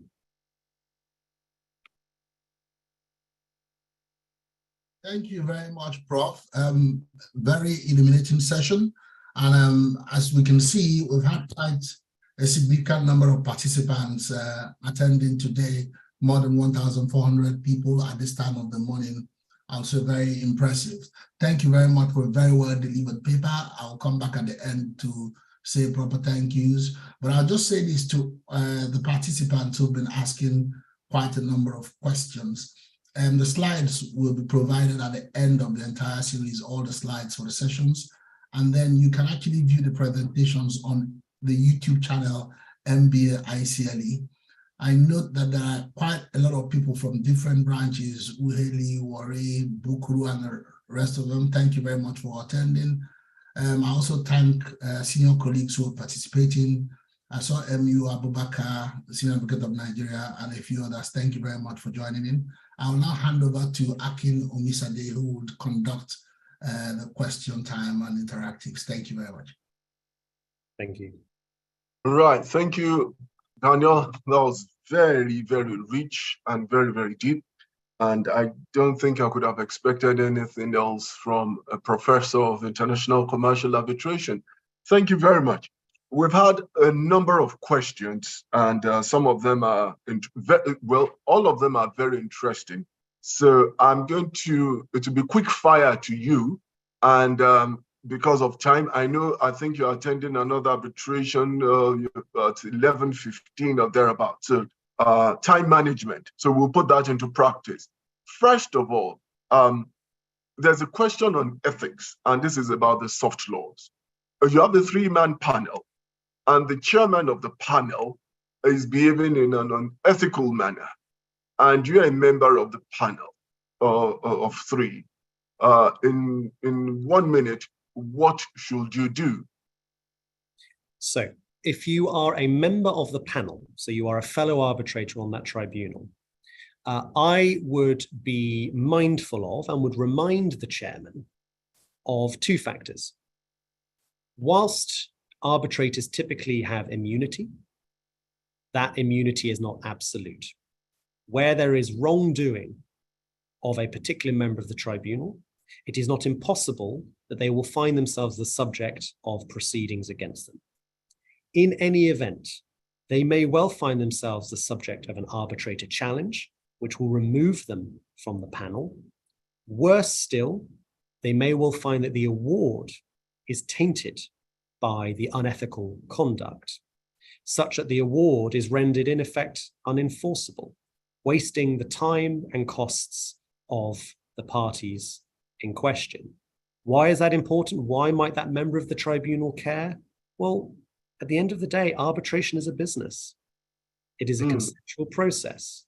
If you act in a certain way, you can probably bet your bottom dollar that the parties will not appoint you again. The institution who appointed you may well find out, and you may find yourself out of a job. And this is a key distinction between the judiciary and arbitrators. Arbitrators are in a commercial business. They are offering a service. And the better the service, the more likely they are to be appointed again. Thank you, Prof. This one, I think it's probably very new to a lot of our attendees, and we are trying to catch them young and, of course, provide a refreshing course for our attendees. You have mentioned the arbitration layer, which is a lingo that is now going to come into our conversations in Nigeria. Someone's just asked if you can do a quick review of it, of this arbitration layer. Certainly. Would you like me to bring up my slide again? If you don't mind, that would help. Let us do that. The cake, it looks like a sponge cake with different parts. Yes, it's the colors. Any part of your, yes, that's it. There we are. Can you see that? If I do, okay, let me go back quickly. Yeah. Are you able to see this? Yes, we can see that. So you need to go back, I think. Yes, that's it. Yes. This is an illustration of the simple proposition that the rules, limitations, and laws that apply to an arbitration derive from a number of sources. One cannot simply look at any of these layers in isolation. They need to be considered, all of them together and in tandem. And so running through it again, an arbitration can only happen if the parties have agreed to arbitrate. And typically that is reflected in the arbitration agreement, which in this diagram is illustrated by the arrows between parties A and B. But often all that arbitration agreement does is represent the agreement to arbitrate. It might include the number of tribunal members. It might include the seat. It might include certain procedural powers or limitations on powers that the tribunal can exercise. But certainly, it will not give you the full framework for how the arbitration is to be conducted, according to what rules, subject to what laws, according to what process and procedures. And that gap, that lacuna, is filled by all the other relevant layers. And so this is just an illustration of that, which is to say that for any issue in an arbitration, whether it is legal, ethical, procedural, you need to cut into the cake, examine all of the layers, and see which ones might have a bearing on that particular issue in question. It might just be the arbitration agreement. It might be all of them. And so that is the concept of the layer cake. Always go back and assess all of the potential sources of power, limitation, or otherwise that might impact the arbitration issue in question. Because ultimately, when we talk of arbitration law, we talk of all of these sources as they apply being dealt with together. Awesome. Thank you very much. I'm sure by the time you return to Nigeria shortly, you will be hearing about the arbitration layer cake amongst our members. Well, I'm happy to hear about just cake as well, Akin. If someone wants to provide me cake, I would be equally happy. You will definitely have some queen cakes when you return. Now, there's a question, and this revolves around the arbitration agreement. You know, we also have pathological arbitration agreement. But this is not particularly pathological, but this is where an arbitration agreement refers in general to arbitration rules. It hasn't mentioned any particular rule or institution rules. What rules will the tribunal be referring to or will be using to conduct the arbitration, considering that the arbitral tribunal has the latitude, the freedom to control its arbitration, if I can say that? Of course. So it's a legal answer, Akin. It's a classic lawyer's answer. It depends. So, for example, if that arguably pathological arbitration clause provided for a seat in Nigeria, and so therefore triggered your new Arbitration and Mediation Act 2023, then I believe, I don't have the act in front of me, but I believe the act would provide the answer for you and would prescribe the rules that are appended to the act as being the ones that would apply. In my jurisdiction, if there was a London seat, there would be no answer in the Arbitration Act 1996. Instead, it would say the answer goes to the tribunal. The tribunal can decide. It has the discretion. Now, the separate issue is whether the arbitration agreement is so unclear as to be pathological, by which we mean it is unenforceable. And here it depends on the jurisdiction in question. The English courts, to give you an example, are extremely pro-arbitration, by which I mean if there is an arbitration agreement, even if it is unclear, it is arguably defunct, it is pathological in a number of ways, they will do what they can to interpret it and to construe it in such a way as to keep it binding, because they recognize that albeit the parties drafted it not perfectly, they clearly evinced an intention to arbitrate. So why should the court remove that intention? Other jurisdictions are much stricter, and the courts are almost looking for any excuse to say that an arbitration clause is invalid due to uncertainty, and therefore the court retains jurisdiction. So it depends on the jurisdiction you are working in. So those are the two issues I would consider. One, who has the power to resolve the uncertainty, and is it resolved already by the law of the seat? And two, are you in a jurisdiction that wants to resolve the uncertainty, is prepared to be pro-arbitral, or in fact is very anti it? And that will be a question of the case law and the attitude of the courts when similar issues have arisen beforehand. Thank you very much, Prof. Interestingly, we're having another 2-hour session, and I will invite you to be an attendee, where the AMA will be dissected. We're having in a few days' time where the AMA will be dissected, and we're going to be looking at salient provisions of the AMA. So this is one that every one of us will be listening attentively. And you that you work with counsel in Nigeria, I'm sure, and your team should be attending, because one of the speakers on that particular session was one of the ones that drafted the AMA itself. Indeed, So- Miss Roberts herself and Mr. Butsimo, I know them both very well. They're both very impressive lawyers. Right, excellent. Now, you mentioned something about the MEMAT. I'm not sure whether this question is correct. You said that it is best to check the MEMAT to determine whether the company has capacity to arbitrate. Correct. There's a question that if you could just explain that in a minute. Of course. Because I think the question is, in Nigeria, you think a company has the powers of a natural person, and if it can enter into contracts, then it should be able to arbitrate. So this is, as I referenced on my slide, capacity is really only an issue when state parties or state-owned entities are involved, because often as public functions or public entities, there may be limitations on how they can contract or otherwise. The question of capacity is slightly different from the question of the arbitration agreement. If you have a binding arbitration agreement in a contract, it is only valid if the party who signs it has the power to sign it in the first place.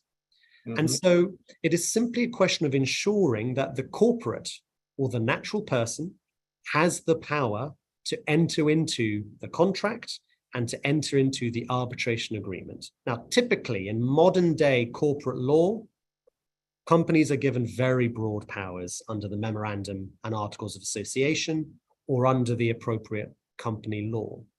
But let's say you go to Saudi Arabia. In Saudi Arabia, the question of the powers of a corporate is much more strictly examined.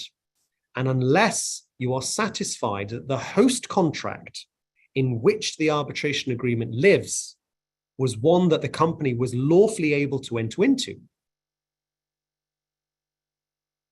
For example, there might be a restriction that only the chairman of the company can sign the contract and bind the company to it, and someone else might have signed it. Then there may be a capacity issue. But in practice, capacity, in my experience, it does not often arise in a private company, private individual scenario. I hope that answers the question.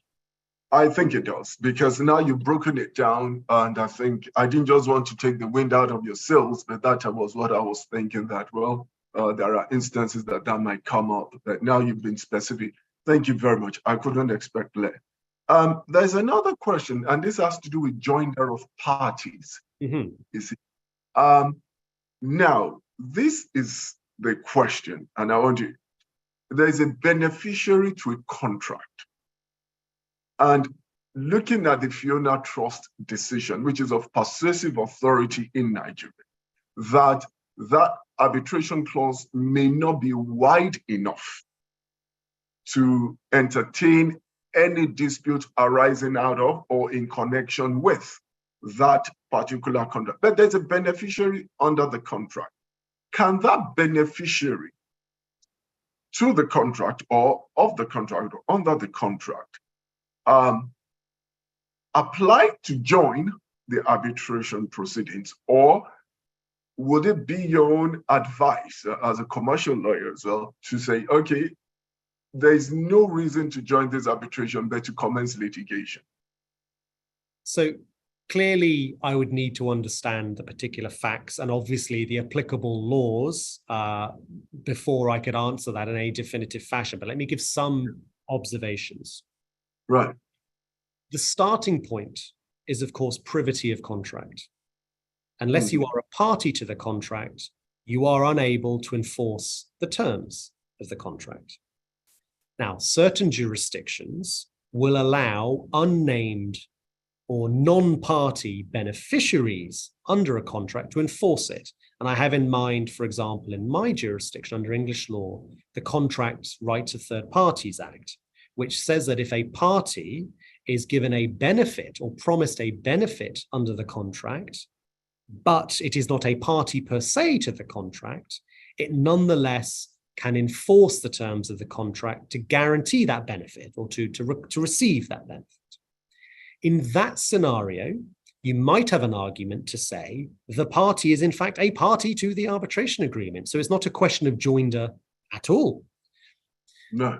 If it is a question of joinder, you are then looking at the rules which apply to joinder. Often institutional rules like the ICC, the LCIA, LASIAC, whichever rules you are dealing with, have provisions which regulate joinder. Often domestic arbitration laws, and I think your new Nigerian Mediation Act 2 falls in this category, addresses issues of joinder as well. And they will set out a mechanism for a non-party being able to be joined to an ongoing arbitration or a mooted arbitration. Typically, though, consent is required, by which I mean consent of the other parties to the arbitration. So you can't just turn up and force your way in unless the other parties agree. Now, to go to the last point, whether you would want to join or not, and instead perhaps commence litigation, depends not just on, of course, the legality of the position, i.e. whether you are a party to an arbitration agreement or not, because if you are, you may be precluded from going to court, but of course the strategy. What is going to achieve your desired end most effectively, whether on cost, strategy, commercial pressure, or otherwise. So it's very difficult to advise in a vacuum, but those are the sorts of issues I would be considering if this was an issue I had across my desk and I needed to advise a client on it. Okay, thank you. I'm sure that has given some steer on this. Just another one. There's someone's just stated that you mentioned bifurcation and trifurcation. In 30 seconds, if you could just go over that for the benefit of our listeners, just very, very quickly. Of course. We've had, since you started, we've had another 40 questions. So I think that suggests to me that my answers are creating more questions than are answering, but there we are. Which is a very good thing. Well, at least I hope this is being a rewarding experience for the participants. It has been enriching. Bifurcation and trifurcation are essentially concepts of procedural management. One starts an arbitration just as one might start a litigation, and they set out the entirety of their claim, which may comprise a number of causes of action, which will generate questions of liability, which will generate questions of quantum, may generate questions of fact, which you need to prove in the usual way. One has to make a case, and one then has to prove a case. But given a tribunal is under the duty to manage proceedings effectively, which includes on cost, includes on expedition, there may be ways of carving out certain of those issues to be dealt with in a certain order.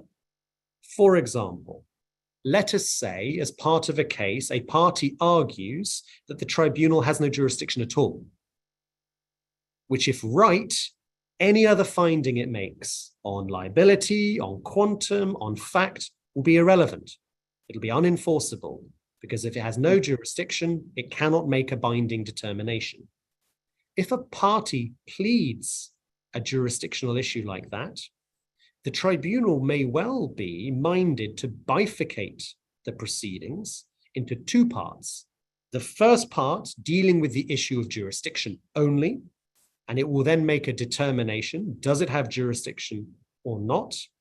And then the second part dealing with the rest of the party's case, if it finds it has jurisdiction. Because if it doesn't have jurisdiction, then it doesn't need to proceed to the second part. And that would be a bifurcation of the issues in dispute as a question of the most appropriate procedure to adopt to lead to the most efficient and expeditious resolution of the dispute. Trifurcation is simply splitting it into three stages. You might have a jurisdictional issue, you might then have a liability phase, and you might then have a quantum phase. Why would you split liability and quantum? Because you may well find that if a party is held not liable, no quantum is due at all. So why bother putting the parties to the cost and expense and effort of putting in submissions on quantum if it may well be that no quantum is ever due? So these are all procedural mechanisms to lead to the most efficient timetable. I hope that explains it. That explains it. Thank you. We're still on the procedure. And now I'm going to take you to a part about taking of evidence. And you mentioned documents and privilege. There's one that has come in. When you're talking about emails that have been exchanged between lawyers and whether it can be disclosed, emails exchanged before the commencement of the arbitration. Could there be any restriction on the duty of disclosure? That is one. And then secondly, are you able, this rule of privilege and evidence with regards to settlement of international disputes in the oil and gas industry, which is specialized? Just shed some further light in there, please. Certainly. So again, the rules of evidence will be determined by the tribunal. Typically, in my experience, the tribunal will accede to the notion that in a disclosure phase, a party is entitled to withhold from disclosure documents that are otherwise disclosable, but are protected by privilege. The question is, what is the scope of that protection? Because different jurisdictions have different answers to that question. In my jurisdiction, the English jurisdiction, one can withhold documents from production on grounds of legal advice privilege, litigation privilege, and without prejudice privilege are the key three. There are others as well, common interests and so forth, but those are typically the three grounds that you assert to prevent disclosure. In other jurisdictions, take, for example, I think I'm not wrong in saying Qatar has the concept of privacy. All communications between a lawyer and a client are private, irrespective of their nature. They may not constitute advice. They may not relate to litigation. They may not be communications exchanged in pursuit of a settlement and therefore covered by without prejudice. All of them, irrespective, are covered. And therefore, if that rule of privilege or privacy applies, the scope of disclosure is even more limited. Therefore, I think the answer is, if you are looking at the location of the parties, the location of the lawyers, and therefore the sorts of privilege rules that might be triggered based on the parties' expectations. Let's say you're dealing with a Qatari client and a London-based client who are dealing with Qatari lawyers and London lawyers, you can anticipate that the rules of privilege will be different in terms of their scope. And so therefore, at the initial case management conference, you want to raise that with the tribunal and say, look, how do we deal with this? There's a disparity. Which rules ought to apply? And that is where I say there is a lacuna presently in the practice of international arbitration, because in other areas of procedural matters, there are guidelines. There's soft law instruments, the IBA rules, for example. The ICC does a number of rules and guidance notes as well. The issue of privilege hasn't been addressed as well, in my view. And so in my experience, tribunals tend to adopt the approach of whichever is the most maximalist privilege regime in application can apply to everyone, so that everyone benefits from the highest level. But you have to raise this with the tribunal. In the oil and gas context, I actually think it's irrelevant in a way. The industry sector will not impact the scope of privilege. It'll be the legal regimes in operation. So again, I think the same analysis applies. Okay. Now, I have a question for you, and this might just be a bit on the intermediate level. For instance, third-party funding of arbitration and Champachi. There's this tussle between both of them. Now, if you take that to, for instance, ICLE arbitration, and a state decides to have a third-party funder, I'm sure you can guess where I am going to now. So I'll leave you to answer that. What would be your take on that? I mean, the claim is probably for about $1 billion, and the state cannot fund it because ICLE is expensive, but is able to approach a third-party funder. So it's an interesting proposition. In practice, in my experience, states rarely use third-party funders. Why? Because third-party funders want a return. How do they get a return? Well, they take a share of any successfully obtained proceeds from the arbitration, damages, and typically in investment treaty arbitration, a state is a defendant, it doesn't have a counterclaim, and so therefore its best case scenario is it doesn't pay out any damages. Its worst case scenario is it pays out the damages that the claimant seeks. But in either scenario, there is no return for the third-party funder to obtain. And so often structurally, that is an issue.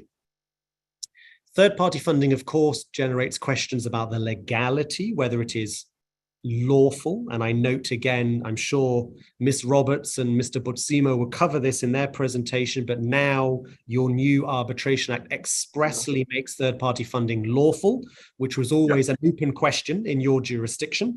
It is lawful in my jurisdiction as well. So there is that issue. And then, of course, you have questions of a more public propriety nature, which is, should a state be giving a private entity a share of the winnings, which effectively are otherwise due to the public purse? So there are a number of issues that are raised by it. I was waiting for you to mention the public policy aspect of it. And thank you. You didn't disappoint on that. Now, I have another question. Well, this is just this might be a jurisprudential aspect to how we conduct arbitration or the arbitration practice. And I'll read the question. It says, "Thank you, Professor Daniel, for delivering such an informative and valuable lecture." It's very kind. And I agree with that. I thoroughly enjoyed listening to your insights. Says, it's not really a question. While I understand that arbitration may not be applicable to all transactions, not all transactions are arbitrable, such as the decommissioning of oil and gas facilities. I was wondering if there is a global movement, I mean, this might be a research topic for your PhD students, whether there's a global movement pushing for an expanded scope of arbitration in various areas of the extractive industries. It's an interesting question. So I think the topic we really are triggering here is one of arbitrability. Yes. What is arbitrability?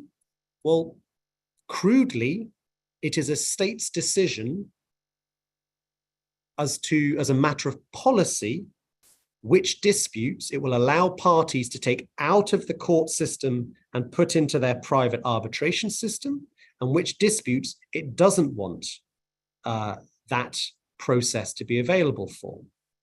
There are some disputes which I think everyone would agree ought not to be arbitrable. Criminal, for example. A criminal dispute involves the liberty of a person. It is prosecuted by the state, and there is a very good public policy reason for these disputes to be open, to create precedent, and for state-appointed judges to abide by the rule of law in guaranteed fashion, and for prosecuted entities to have the ability to appeal through the court system in order to achieve justice. On the other hand, you have purely contractual arrangements whereby the state recognizes that there is limited policy reason to not allow parties to resolve those private disputes, contractual disputes, in any forum they choose: mediation, arbitration, negotiation, settlement, courts, as they wish. And then you have the middle ground. And it's the middle ground where arbitrability gets debated a lot. Tax, for example, is one which I know has caused a lot of issues in Nigeria, whereby in an oil and gas context, royalties are paid by reference to taxation matters, which are contractual in nature, but trigger state interests in the taxation system. Decommissioning as a starting point is private.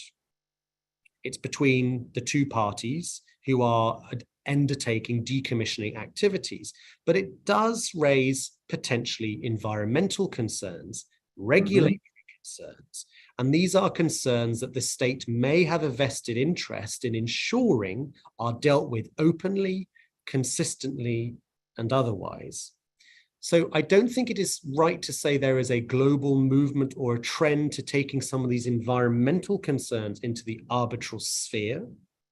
but certainly it is a debatable point as to where the line of arbitrability ought to be drawn, and different jurisdictions, I dare suggest, will draw it in slightly different places, depending on the environmental concerns, the political concerns at play in the modern day. Thank you very much for that. And if I were to be on a panel, my argument would be this is not arbitrable because of all these public policy issues and damage to our environment, and safekeeping and safeguarding and spillages and consequences of decommissioning, especially in a jurisdiction like Nigeria. Thank you very much. I know you need to set off in about 10 minutes. So that's about right, yes. Yes, just one final thought from you, and then I'll invite Tobena to come back to give us your final thoughts. But again, thank you very much. Just whilst you are thinking about your final thoughts, and what is your view on developing an arbitration practice?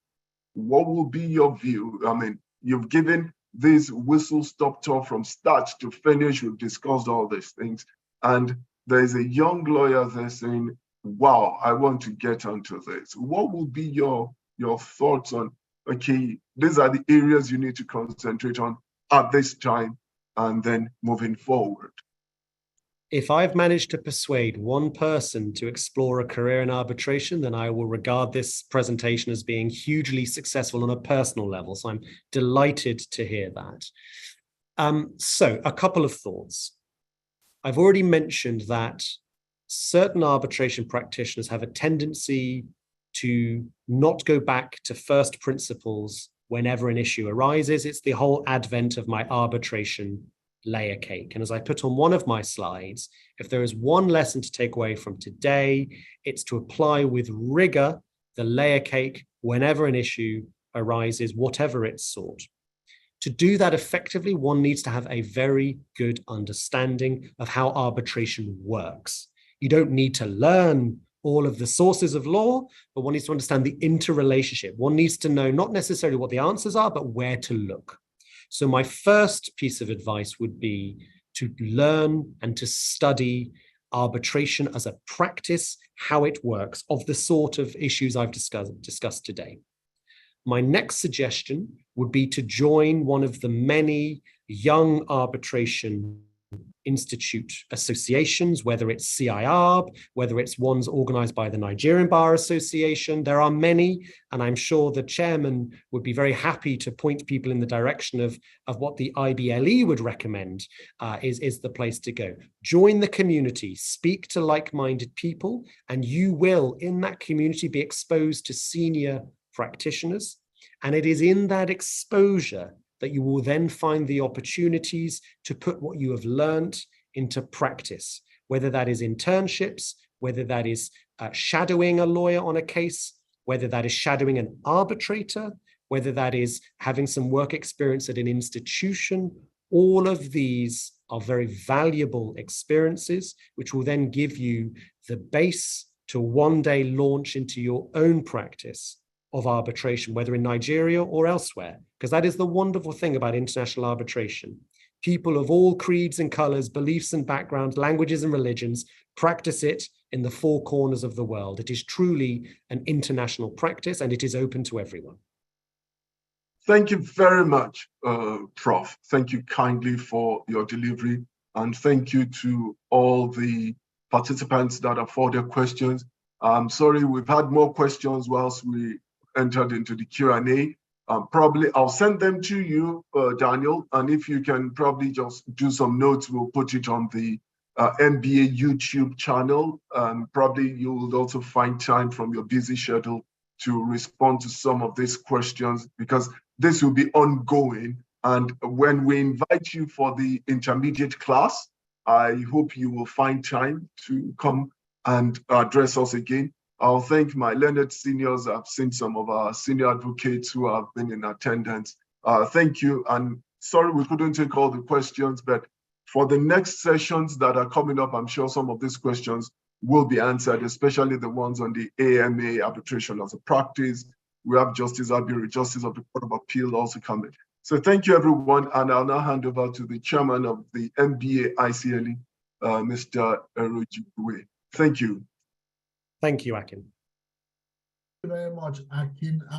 I'm very excited that we closed off with that very last question. It was a good teaser from Akin, because what we do all the time, or what we expect, is that those who participate in these sessions actually go ahead to practice it in the true sense of continuing professional development.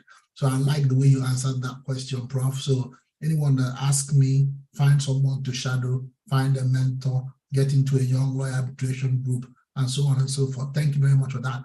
Prof, I must say that this was nothing but an excellent presentation from you today. Very interesting, very insightful, very illuminating. Oftentimes when we invite people from other jurisdictions to make presentations, our members sometimes find it difficult to follow. But I must say to you that this was quite well delivered, and from the questions and from the comments, it's quite clear, and the numbers that remained consistent till the very end, that it was very well delivered. Thank you very much. And as Akin said, we're surely going to invite you again, and we hope that you say yes when we do. Thank you for coming, and we're very grateful to you. Thank you. Thank you very much, Mr. Chairman. It has been nothing but a pleasure and a privilege. I would be delighted to come and join you all again. And I find myself regularly on your shores and enjoy a good pepper soup as much as anyone. So hopefully I will see you in person with some suya and pepper soup in Victoria Island or otherwise. And jollof rice. And some jollof, of course. And some jollof. Thank you. Thank you very much. Yeah. Thank to all the participants. Sorry, Akin, you were saying something.